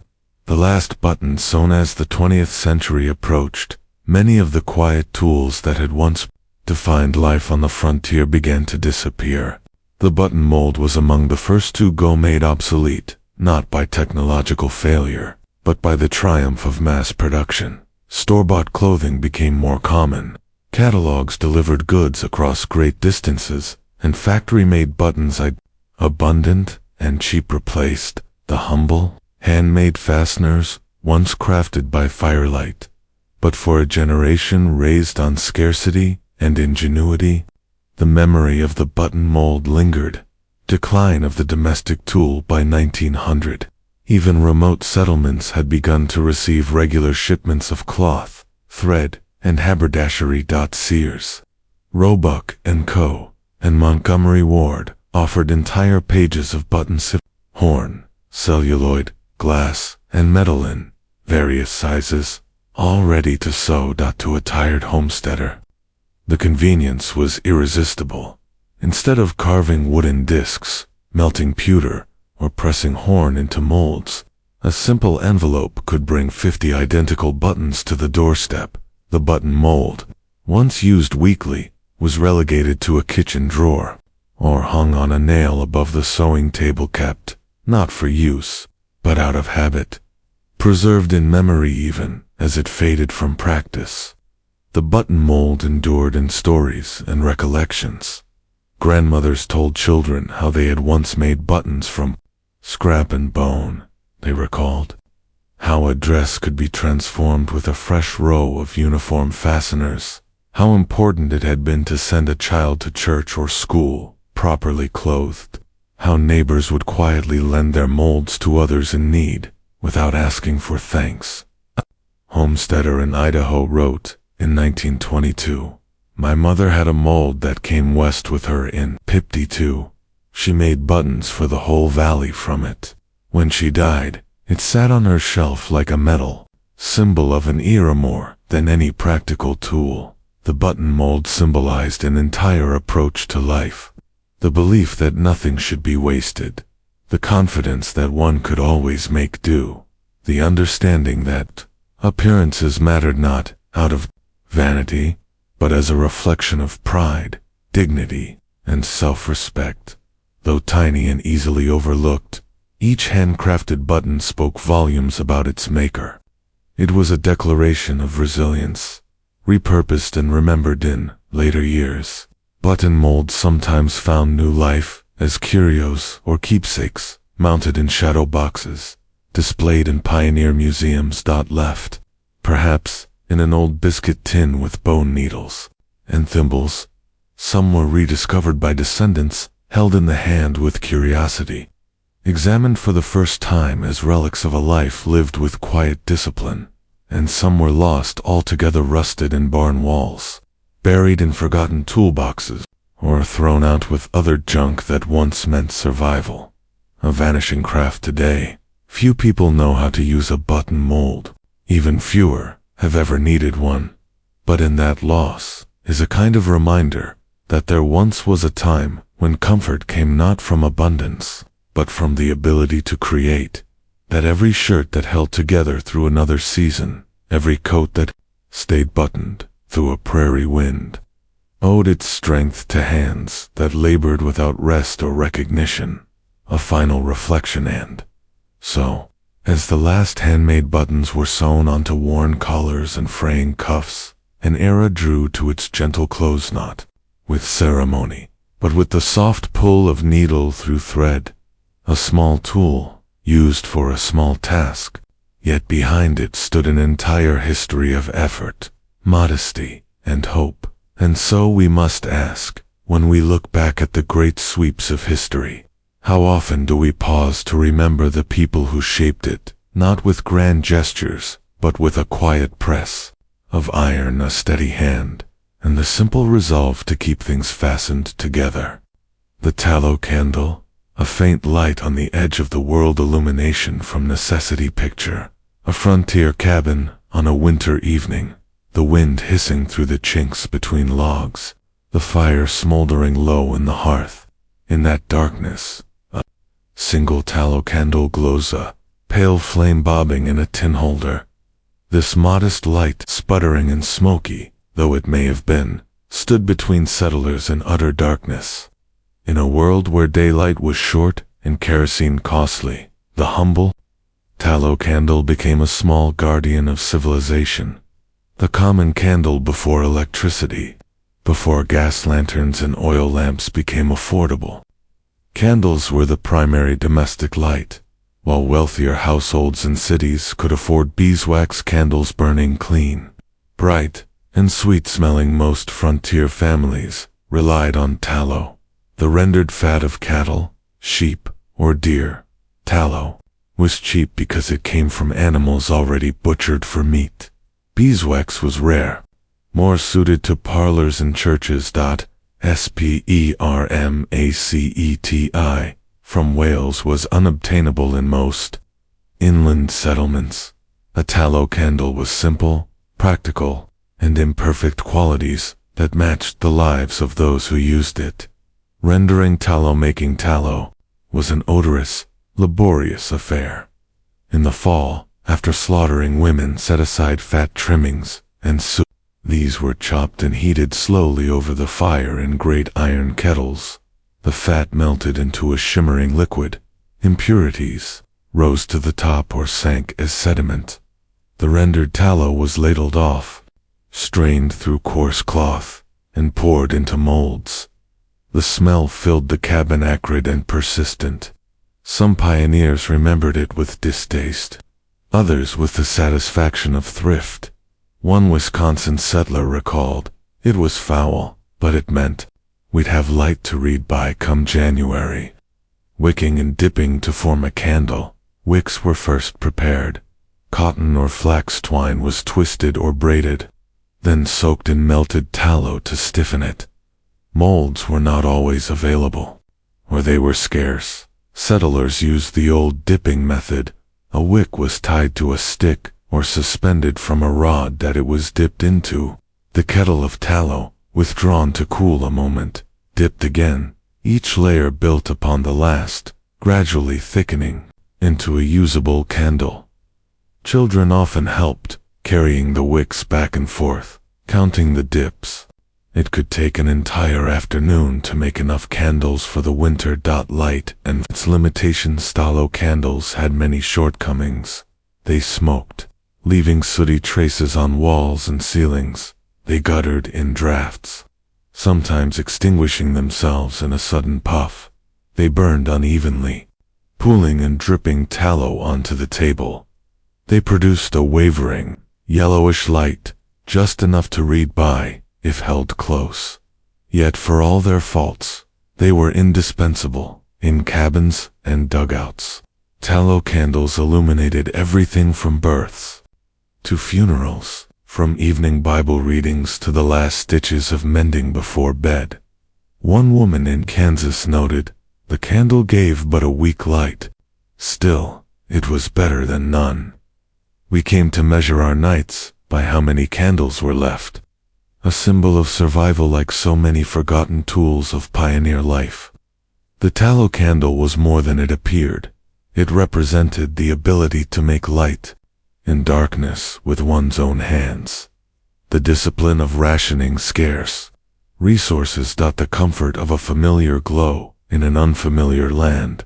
And so we must ask, when a settler lit the first candle of the season, did they feel a moment of triumph knowing that, despite hardship and isolation, they had prepared their own small beacon against the long winter night? Shadows in the cabin. By the time the last autumn harvest was stored, most pioneer families knew exactly how many candles they possessed. Each one was counted and rationed, a measure of how long the nights could stretch before another trip to town or another slaughter would be possible. Lighting the darkness, unlike today, when a single switch floods a house with brightness, candlelight on the frontier was precious and deliberate. A single candle might be lit at supper and snuffed immediately after. If someone rose before dawn to start a fire or tend livestock, they did so in near darkness, sparing the candle. Whole families often shared the glow of one flame, gathered close so each could see their work. On moonless nights, the candle's dim circle was the only relief from blackness so complete it seemed to press against the walls. The routine of the wick. Maintaining a tallow candle was a small but constant task. The wick needed regular trimming to prevent excessive smoking. Too short, a wick yielded a dull, sputtering flame. Too long, a guttering blaze. The soft tallow softened quickly in summer heat, deforming the candle and shortening its burn time. Settlers developed small tricks, storing candles in cool cellars. Fashioning tin reflectors to amplify the light, using a saucer to catch the inevitable drips so the cooled tallow could be saved and remelted. Even the drippings were never wasted. Candles and communitine. Many settlements, candle-making became a communal chore. Neighbors gathered to render tallow in large kettles, sharing the labor and dividing the product. One Missouri woman described these gatherings. "We called it the candle bee. It was an odorous business, but there was talk and laughter to pass the time. Children played in the yard, while adults dipped and molded, swapping news and recipes." For all its stench and tedium, the candle bee was a rare social occasion, proof that survival was easier when shared. A measured burn because tallow burned quickly. Families grew skilled at estimating how much time each candle offered. A single 8-inch tallow candle, if tended carefully, might burn 2 to 3 hours. 1 hour for reading aloud, another for mending a garment, a final hour to finish a letter by lamplight. Children learned these measures early. Many a bedtime was decided not by the clock, but by the last half-inch of a candle guttering low. Symbols of care, though crude by modern standards. Tallow candles carried meaning far beyond their light. They were proof that someone had planned ahead, slaughtered and rendered, dipped or poured, saved and rationed. They embodied a family's ability to endure darkness together. They offered reassurance that even in a place so raw and unwinding, one could still create comfort with their own hands. A Kansas homesteader wrote, "I did not mind the dimness. Only the thought of being without a candle meant we were not yet destitute."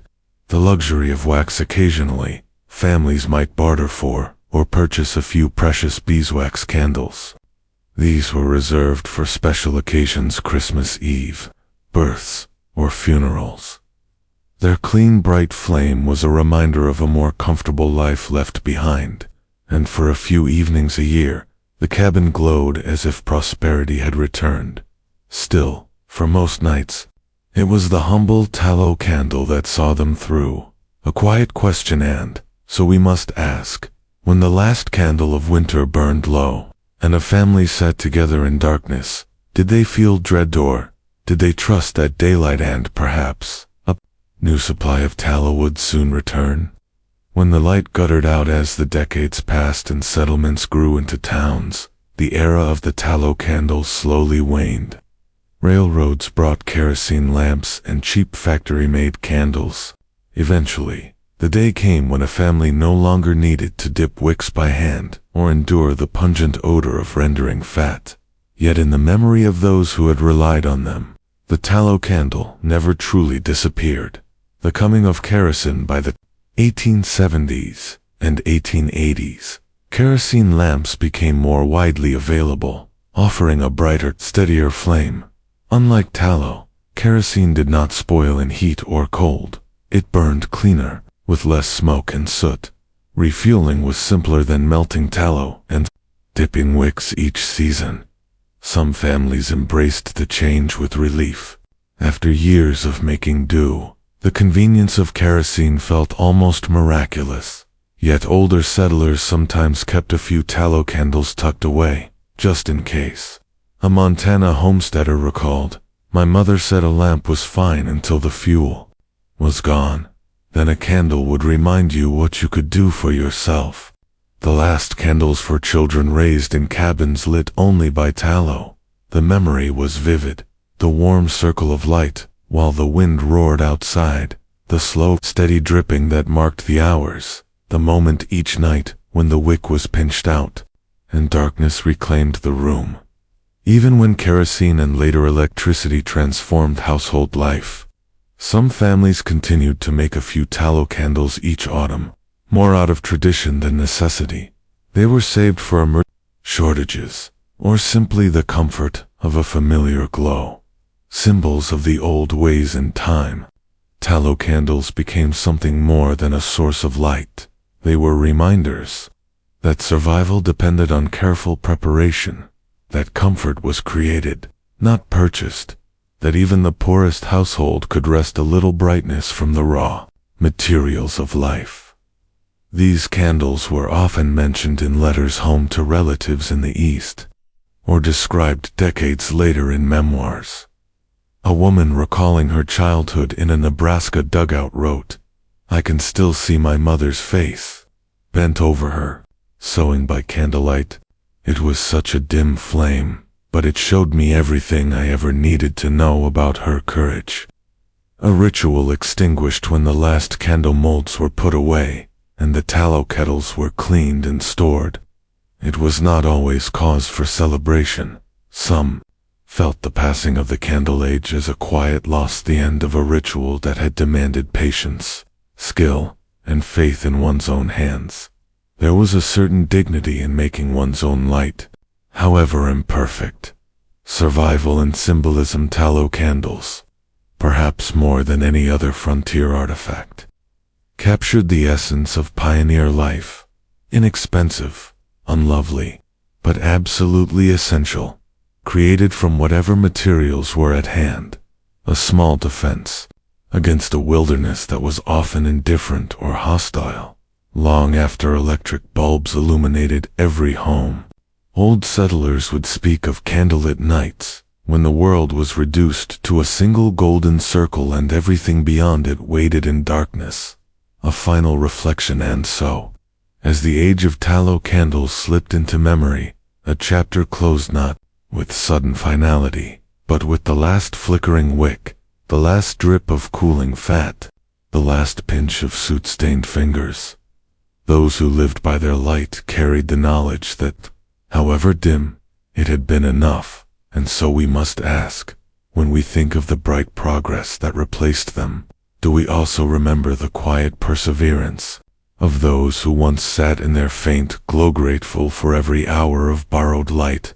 The buckskin patch, mending life by needle and hide, the art of repair.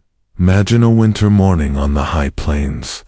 The wind tears across the prairie with a bitter force that strips bark from trees and rattles cabin walls. In that cold, A coat is not a luxury, it is a shield between survival and harm.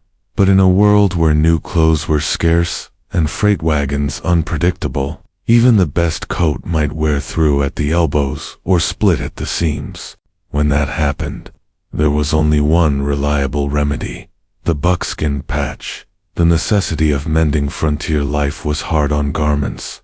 Chores like hauling water, splitting wood, and herding animals wore fabric thin within months. Children outgrew their clothing or tore it on barbed wire and scrub. Supplies of cloth were limited, expensive, and often months away by wagon or train. In such circumstances, every household learned to mend. Patches were not a sign of poverty alone.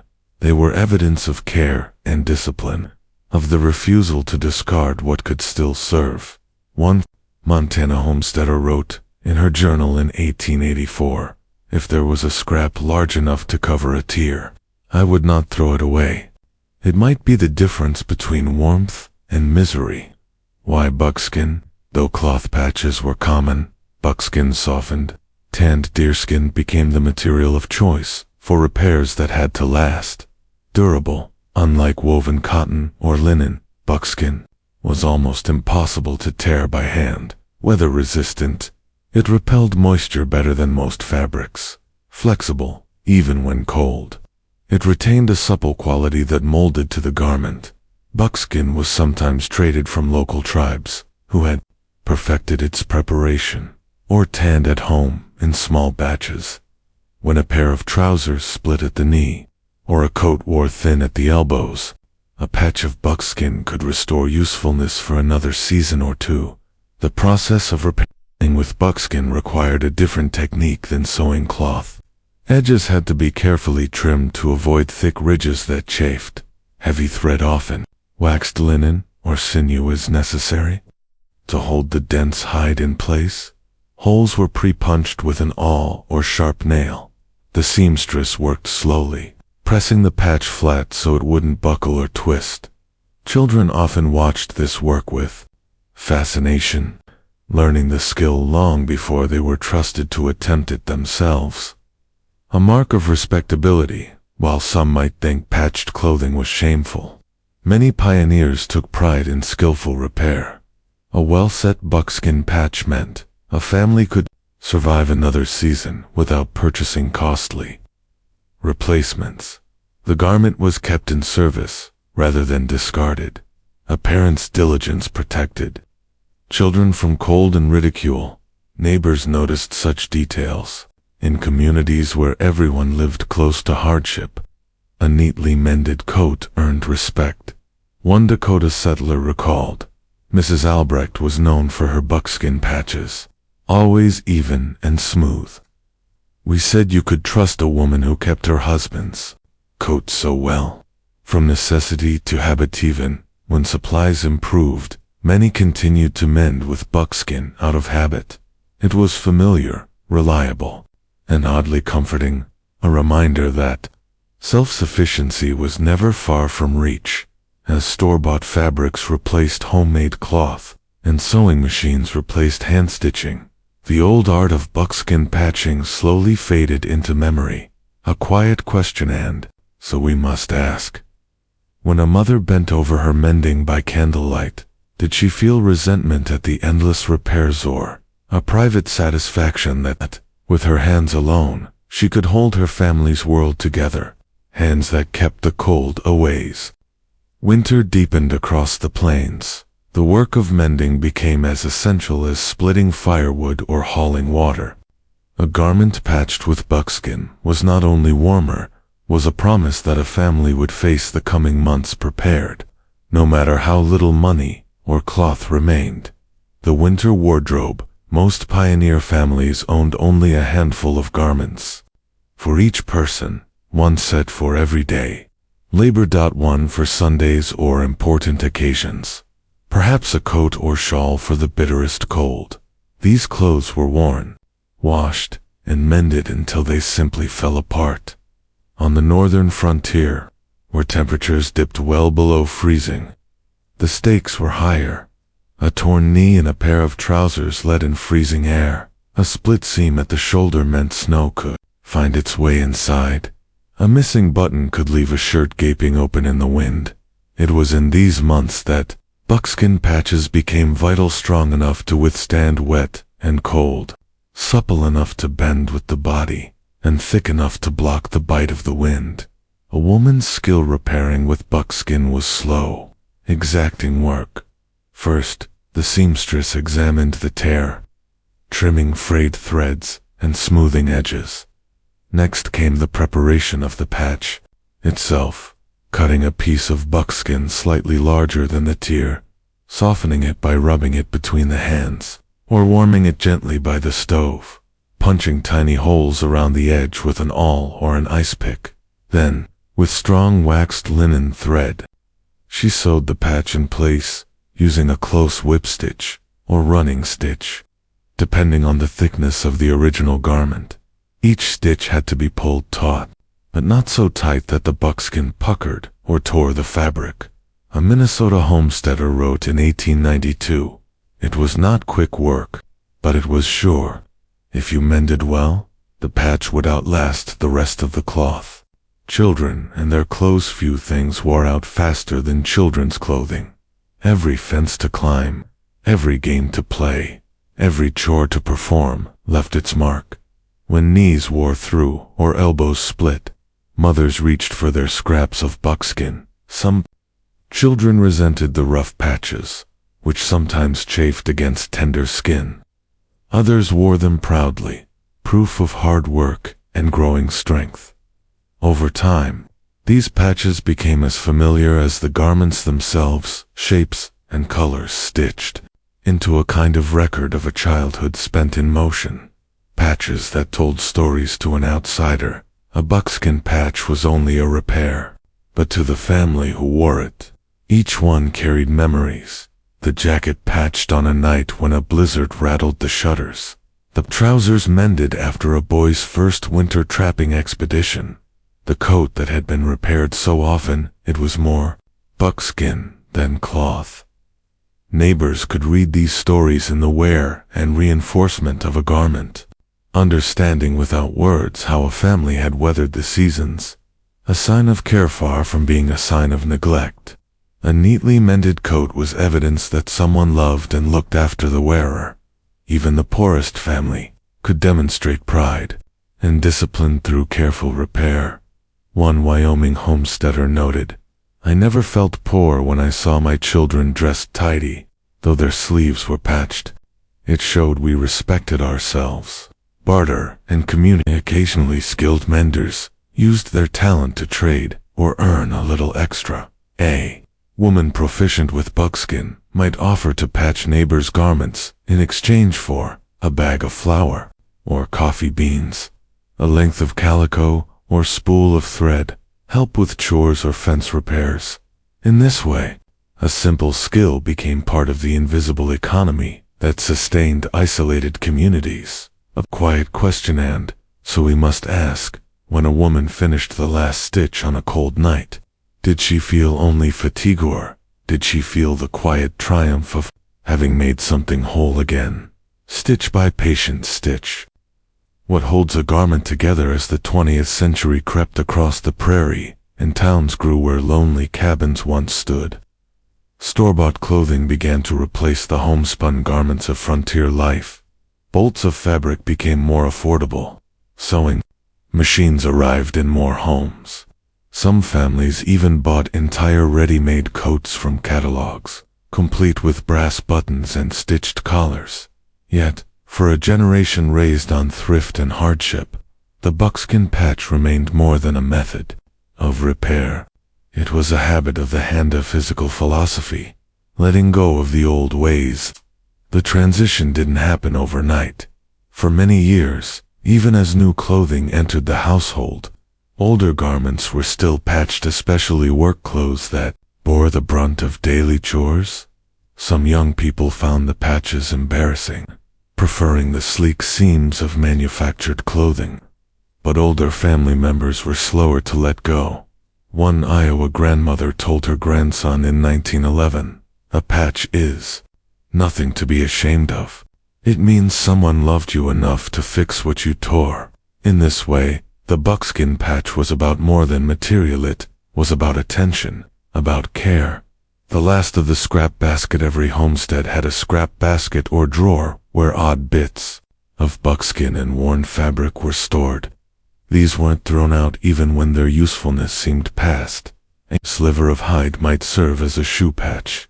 A narrow strip could be turned into a thong or lacy ng. The very last scraps could be softened and rubbed into leather gloves to preserve their flexibility. Nothing was wasted. Not time, not fabric, not the skill to use it. When a child reached for a coat with 3 patches at the elbow, they knew it was built not just of thread and hide, but of the hours their mother or father had spent making it whole again. From garment to heirloom, some of these patched garments lasted long enough to become family keepsakes. A jacket repaired so many times that it became mostly patch was folded away in a cedar chest. A pair of work trousers, worn and stiff from years of use, were saved in a trunk not for their beauty, but for what they represented. When these items were taken out years later, they sparked memories of the person who had worn them, of the hands that had mended them, of the life they had endured together, season after season, stitch after stitch. Remembering the hands long after buckskin went out of fashion and fabric became disposable. Some descendants remembered the way it felt to wear a patch sewn with care. A grandchild might run a finger over the uneven stitches, still strong after decades, and wonder about the woman who had pulled each thread through with such quiet purpose. The history of those garments was not written in words, but in texture, smell, and the way the fabric folded at the seams. Lessons sewn in the buckskin patch teaches us something that history often forgets, that survival is not only about great events, but small actions repeated daily, that repair is its own kind of resistance, waste, against despair, against giving up, that a stitch can be more enduring than a speech, and a patch more telling than a monument. A homesteader in 1909 wrote, "We did not live in finery, but we were mended, clean, and warm, and that was enough to face the wind." A final reflection. And so, as the old jackets wore thin and the needles were finally put away, the story of the buckskin patch faded not because it failed, but because it had done its job too well. It had carried a family through. It had held a coat together. It had preserved warmth, modesty, and pride until something better, or something easier, came along. And so we must ask, in a world quick to discard what's worn or broken, do we still remember the quiet worth of a life held together by humble stitchers and the hands that never stopped mending? The sod oven, baking bread beneath the prairie grass building, an oven from the earth. Imagine a place where trees were so scarce that settlers burned twisted roots and buffalo chips to keep warm, where the horizon seemed endless, and everything one needed had to be dug from the ground or hauled hundreds of miles by wagon. In that vast emptiness, the sod oven emerged as a remarkable solution, a way to transform prairie soil into a place where bread could rise and a family could gather around a warm hearth. The necessity of baking bread was more than food. On the frontier, it was nourishment, morale, and a small taste of familiarity from the homes people had left behind. Yet, many sod houses, dugouts, and shanties had no proper stove. Cast iron ranges were expensive to purchase and transport. Clay bricks for building ovens were costly and hard to find, so settlers turned to what they had in abundance: sod itself. Sod as a building material. Prairie sod was not ordinary dirt, thick with tangled roots. It held together in dense, heavy slabs. When cut into rectangles, it formed surprisingly durable walls. Properly stacked, it could insulate against the cold and retain heat for cooking. To build a sod oven, Settlers first chose a dry patch of ground near the house. They cut sod bricks using a spade or a special grasshopper plow, then arranged them in a low dome or beehive shape.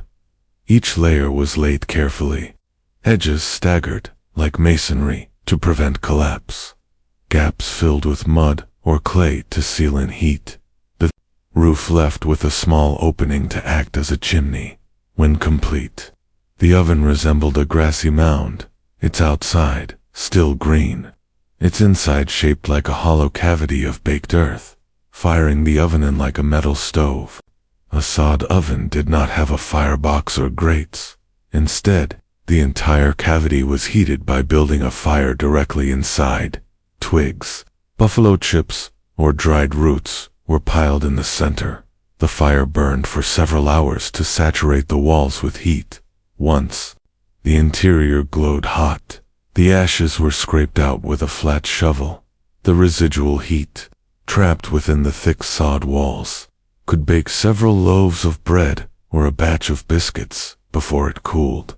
This method was ancient, used in Europe for centuries, but it felt novel and improvised on the plains, bred and community in settlements where few people had proper stoves. Neighbors sometimes shared a single sod oven. Women would stagger their baking schedules. One family would start the fire early, while others prepared dough. Each batch was baked in turn as the oven slowly cooled. It was both practical and communal, a rare chance to exchange news or trade supplies while waiting for loaves to finish. One Nebraska homesteader wrote, "We talked while the bread rose. It made the day lighter to know you were not alone in the struggle." Imperfections and ingenuity's sod oven was never perfect. The heat could be unpredictable. Bread sometimes scorched at the edges or baked unevenly. On rainy days, moisture seeped through the walls, dampening the crust. Yet for all its shortcomings, it performed the most essential function. It turned raw flour into nourishment, a symbol of adaptation. The SOD oven was more than a clever contrivance. It was a declaration of self-reliance. In a place where almost nothing was easy or plentiful, settlers had discovered how to turn the very ground beneath their feet into something life-sustaining. A quiet question, and so we must ask, when a woman lifted the first golden loaf from the darkness of the sod oven, did she feel simply relieved? Did she sense, in that warm crust, proof that she could shape even this harsh land into a home? The ritual of rising dough. Once the sod oven was built, baking became part of the weekly rhythm of life. Every step, mixing, kneading, firing, waiting, was governed by weather, patience, and the slow passage of time. The weekly bake-on the treeless plains. Fuel was precious. Fires were not lit casually. Baking often happened once per week in a single, long session. A woman might rise before dawn, stirring flour, yeast, and water in a battered wooden bowl while the sky was still dark. Children woke to the comforting smell of yeast as dough expanded near the stove or in a warm corner of the house. By midday, it was time to fire the oven, firing and timing lighting. A sod oven was an exercise in judgment. Too short a fire, and the oven would not hold heat long enough to bake the bread. Too long, and the inside could be hot enough to scorch the crust before the center was cooked. Experienced bakers learned to test readiness by placing a bare hand inside to gauge the heat, or tossing in a pinch of flour to see if it browned in seconds. One Kansas homesteader described the method in her letters. "I hold my hand in the cavity. If I must draw it back by the count of 10, it is too hot yet. By the count of 20, it is ready." The waiting. Once the fire was scraped out, the oven was swept clean with a rag tied to a green willow branch. The door, a slab of wood or a sheet of iron scavenged from an abandoned wagon, was propped in place to hold in the heat. Then the loaves were set inside, sometimes on a flat stone, sometimes on salvaged tin sheets, sometimes directly on the packed earth.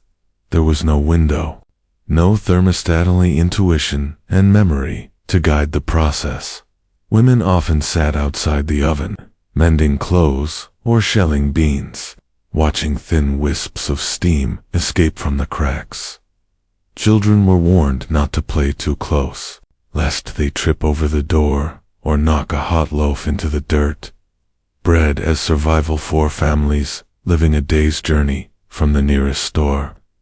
Bread was more than a staple, it was security. If a storm came, if a wagon was delayed, if the crops failed, at least there was flour and a sod oven. A Dakota Territory settler wrote, "So long as I had yeast and flour and the sod oven stood, I knew we would not starve." Bread held special meaning. Fresh bread was reserved for Sunday meals. Day-old bread became toast or crumbs for frying salt pork. The final stale crusts were softened in milk or broth. Nothing was wasted. A gathering place, though humble. The sod oven sometimes became a place of community. Neighbors helped each other repair cracks after a hard freeze, or rebuild walls when summer rains softened the dome.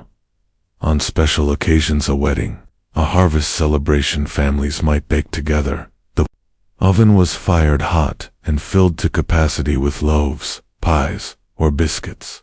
The smell drifted across the prairie like a promise that civilization had taken root. Stories by the oven while the bread baked. Women traded stories, tales of the old country. News from distant relatives, quiet worries about debts or drought. Children listened, half understanding, half lulled by the steady voices and the comforting heat. A quiet question, and so we must ask. When a woman wiped flour from her hands and pulled the door aside to lift out the first loaf, brown and steaming, did she'll feel merely satisfied, or did she glimpse, for a moment, the miracle that she had coaxed this hard land to feed her family? The last loaf as the frontier matured, sod ovens slowly disappeared, replaced by iron stoves shipped by rail or purchased from traveling agents. But for the first generations on the plains, the sod oven remained the heart of the homestead, a place where necessity met ingenuity and where families gathered around the promise of sustenance. From sod to iron, when cast-iron stoves finally became affordable, many settlers greeted them with relief. They could be lit quickly, without the hours of preheating. Temperatures were easier to control. Cooking could be done regardless of weather.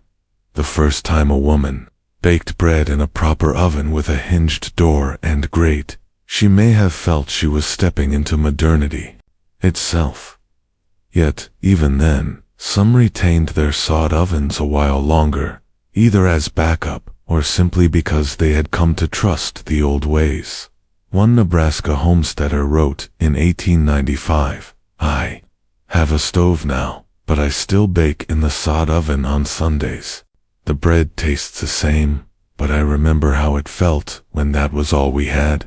Demolished or forgotten as families built frame houses and painted barns, the sod ovens that once stood at the edge of the yard were often pulled down. Some were dismantled for their sod bricks, reused in garden walls or animal pens. Others were left to collapse under rain and snow, their domes sinking into grassy mounds. Children played on these humps without realizing their mothers had once knelt there, wiping sweat from their foreheads while loaves browned inside. In time, only a ring of scorched earth remained to show where the weekly baking had taken place. Memories in the crust, though gone, the memory of the sod oven persisted, tied up with recollections of hardship, perseverance, and occasional triumph. Those who grew up eating bread from its earthen cavity remembered the smoky smell of burning buffalo chips, the hush that fell when the door was first lifted, the satisfaction of knowing that no matter how remote or barren the prairie seemed, a good loaf could still be made. It was a small victory, repeated week after week, year after year, until something easier came along. a symbol of belonging. In retrospect, the sod oven symbolized something larger than baking.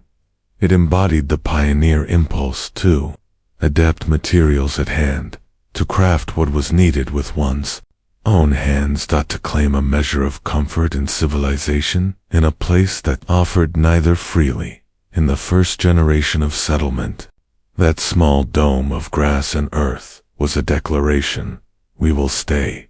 Last lessons long after the sod ovens vanished, their lessons remained.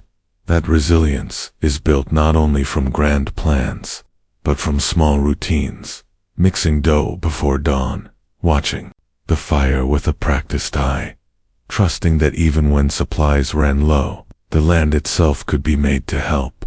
A homesteader reflecting in old age wrote, "I have eaten bread in many kitchens, finer bread than ever came from the sod oven, but none ever tasted so much of home."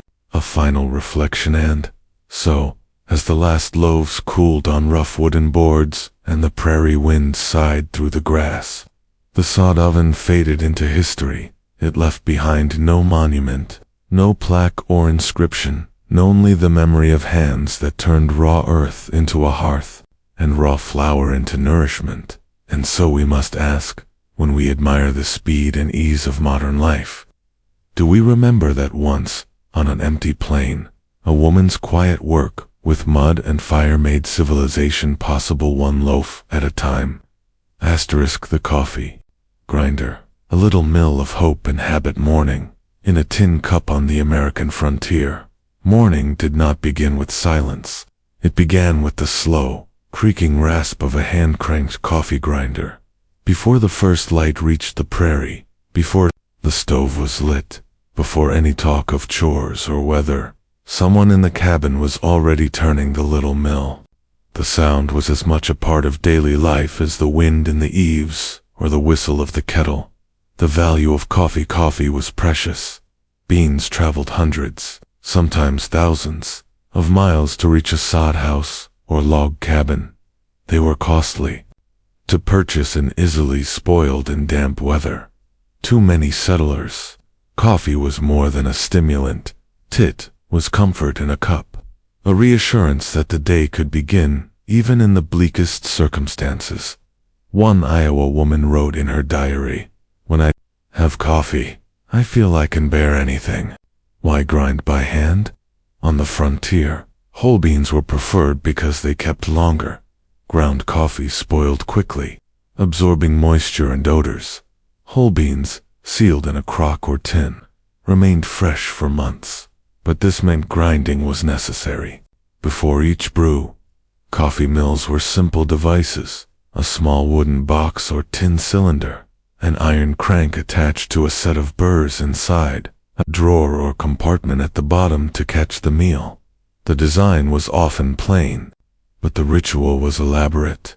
The morning ritual: the first person awake, often the mother, set the pot on the stove, filled it with water drawn from the well, then measured out the beans. Each family had its own method. Some liked a coarse grind, producing a cloudy, rustic brew. Others turned the crank until the beans were powdered fine. The creak and scrape of the grinder filled the cabin, blending with the tick of the stove warming up and the sleepy rustle of children waking. For many, this sound was the herald of daylight. Coffee, as community coffee, was not only for the family. When neighbors arrived to share news or help with chores, the pot was kept hot on the stove. A cup was offered before any serious conversation began.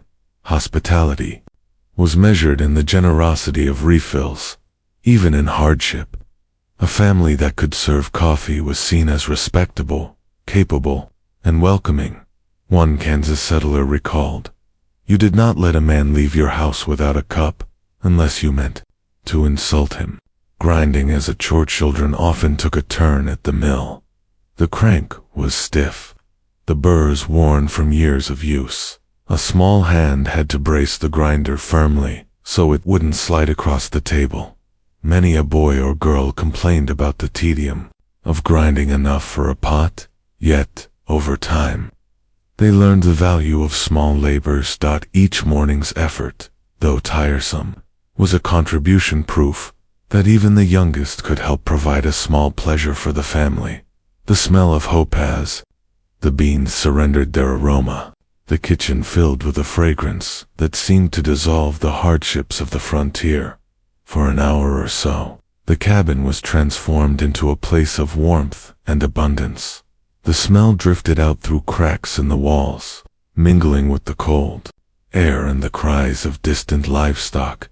It was a daily reminder, no matter how isolated a family might feel, they possessed something rich, something civilized, something worth savoring. A quiet question, and so we must ask. When a woman poured the first steaming cup and set the grinder aside, did she think only of the long day ahead? Or did she pause, just for a moment, to feel gratitude for this small ritual that made the prairie seem more like home? A measure of resilience. Of bread was the staff of life on the frontier. Coffee was the small indulgence that made that life endurable. In every settlement, from Nebraska sod houses to Montana mining camps, the act of grinding coffee bound families to familiar routines, even when everything else was uncertain. Scarcity in substitutes. Though coffee was precious, it was not always plentiful. Bad weather delayed supply wagons. Prices spiked in hard winters. Beans might go stale or moldy if stored improperly. When real coffee ran low, settlers turned to substitutes: roasted barley or rye, ground chicory root, burnt cornmeal mixed with a few beans to stretch the flavor. These brews were never quite the same, thinner, darker, often bitter, yet the ritual of grinding persisted, even when the drawer held more roasted grain than true coffee. One Missouri homesteader wrote, "It was no proper cup, but it warmed you all the same. A morning anchor in a landscape that could feel vast and indifferent." The act of preparing coffee became a small anchor. It gave shape to dawn. It marked the start of labor. It created a moment of comfort before the day's demands, no matter how heavy the chores or how lean the provisions. The familiar scrape of the grinder promised continuity. The family grinder. Coffee grinders were often handed down or purchased second-hand. Some were made of tin, others of oak or maple, stained dark with years of use, the wooden handle polished by countless hands, the little drawer worn smooth by daily scraping, the burrs dulled from decades of grinding. A single grinder might serve a family for 20 or 30 years, long after every other household tool had been replaced. Neighbors and hospitality. When neighbors came calling, the grinder took center stage. A guest might be invited to help grind the beans as a gesture of camaraderie. Children were sent to fetch the grinder if it was stored on a high shelf. The aroma of freshly ground coffee filled the cabin, making even the plainest home feel welcoming. A woman in Dakota Territory recalled, "If we had nothing else, we had coffee to offer." Grinding through hard times, during crop failures or long winters, coffee might be rationed to a single cup a day. Some families saved the grounds to brew a second, weaker pot. Others roasted and ground anything that smelled faintly of coffee. Even so, the morning ritual continued. The measuring dot, the turning of the crank, the patient gathering of the grounds. It was less about luxury and more about proving that, despite hardship, life retained small dignities. A child's memory for many who grew up on the plains. The sound of the grinder became one of their earliest memories. The clack of the burrs before dawn, the warm smell rising into the cold rafters. The quiet moment when parents sat down with steaming mugs before facing another day. These recollections lingered long after sod houses were abandoned and modern percolators arrived. A quiet question, and so we must ask, when a child turned the handle of the old grinder, did they sense they were helping with an unremarkable chore, or did they feel without quite knowing why, that they were part of something enduring and hopeful. The last turn of the handle as the decades passed and railroads brought every convenience of town into the farthest reaches of the prairie. The old hand-cranked coffee grinder began to fade from daily life, yet in its small way, it had been a pillar of the household, a tool that measured not just beans, but a family's resilience. The arrival of the modern age by the early 1900s. Mail-order catalogs made it possible to buy pre-ground coffee in tins sealed with wax paper. This was faster, no need to grind each morning. It was considered more refined, uniform in grind, less likely to spoil percolators and stovetop drip. Pots replaced the battered kettles that had once sat over open flames. For many, these conveniences were welcome. Time was precious. The modern kitchen, bright with enamel and chrome, seemed proof that progress had reached even the most isolated farm, keeping the ritual alive, but not everyone surrendered. The old ways at once. Some kept the grinder on a shelf, pulling it down on Sundays or holidays. Others refused to buy ground coffee at all, insisting that the freshest brew required the turn of a handle. A Nebraska grandmother, born in a sod house, continued using her grinder into the 1940s.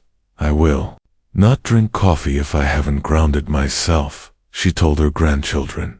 It was not only about taste. It was about connection to her parents, to the homestead, to the knowledge that a small, steady habit could anchor a life. What the grinder meant in families where the grinder was passed down, it became a kind of quiet heirloom, a symbol of persistence in lean times, a reminder that dignity could be maintained even when luxuries were scarce, proof that something so ordinary could be woven through the memories of generations. Some who inherited the grinder never used it, but they could not bear to throw it away. Its smooth handle and worn drawer carried the touch of countless hands, a legacy of small rituals, long after the last sod house collapsed and the last pioneer wagons were abandoned. The ritual of grinding coffee remained in family stories. A daughter might recall, father always sat by the stove, listening to mother grind the beans before dawn. Even in the hardest winters, that sound meant we were home. The grinder became a testament to how ordinary habits can grow into something more lasting than hardship itself. Lessons in the burrs, the old mills taught a quiet lesson, that life's comforts often require patience and effort, that routine can be as sustaining as nourishment, that no hardship is total when the morning still begins with the familiar scent of coffee. One settler, reflecting on her youth, wrote, "It was just a box with a crank, but it made the day seem possible." A final reflection. And so, as modern conveniences replaced the hand grinder, the ritual of measuring beans and listening to the slow rasp of the burrs faded from daily life. Yet for those who remembered, that small patient task remained an emblem of resilience, proof that even in the loneliest place, a family could create a measure of comfort, one turn of the handle at a time. And so we must ask, in a world that prizes speed and ease, have we forgotten the quiet satisfaction of a ritual done by hand, the way it grounds us to something deeper than mere convenience?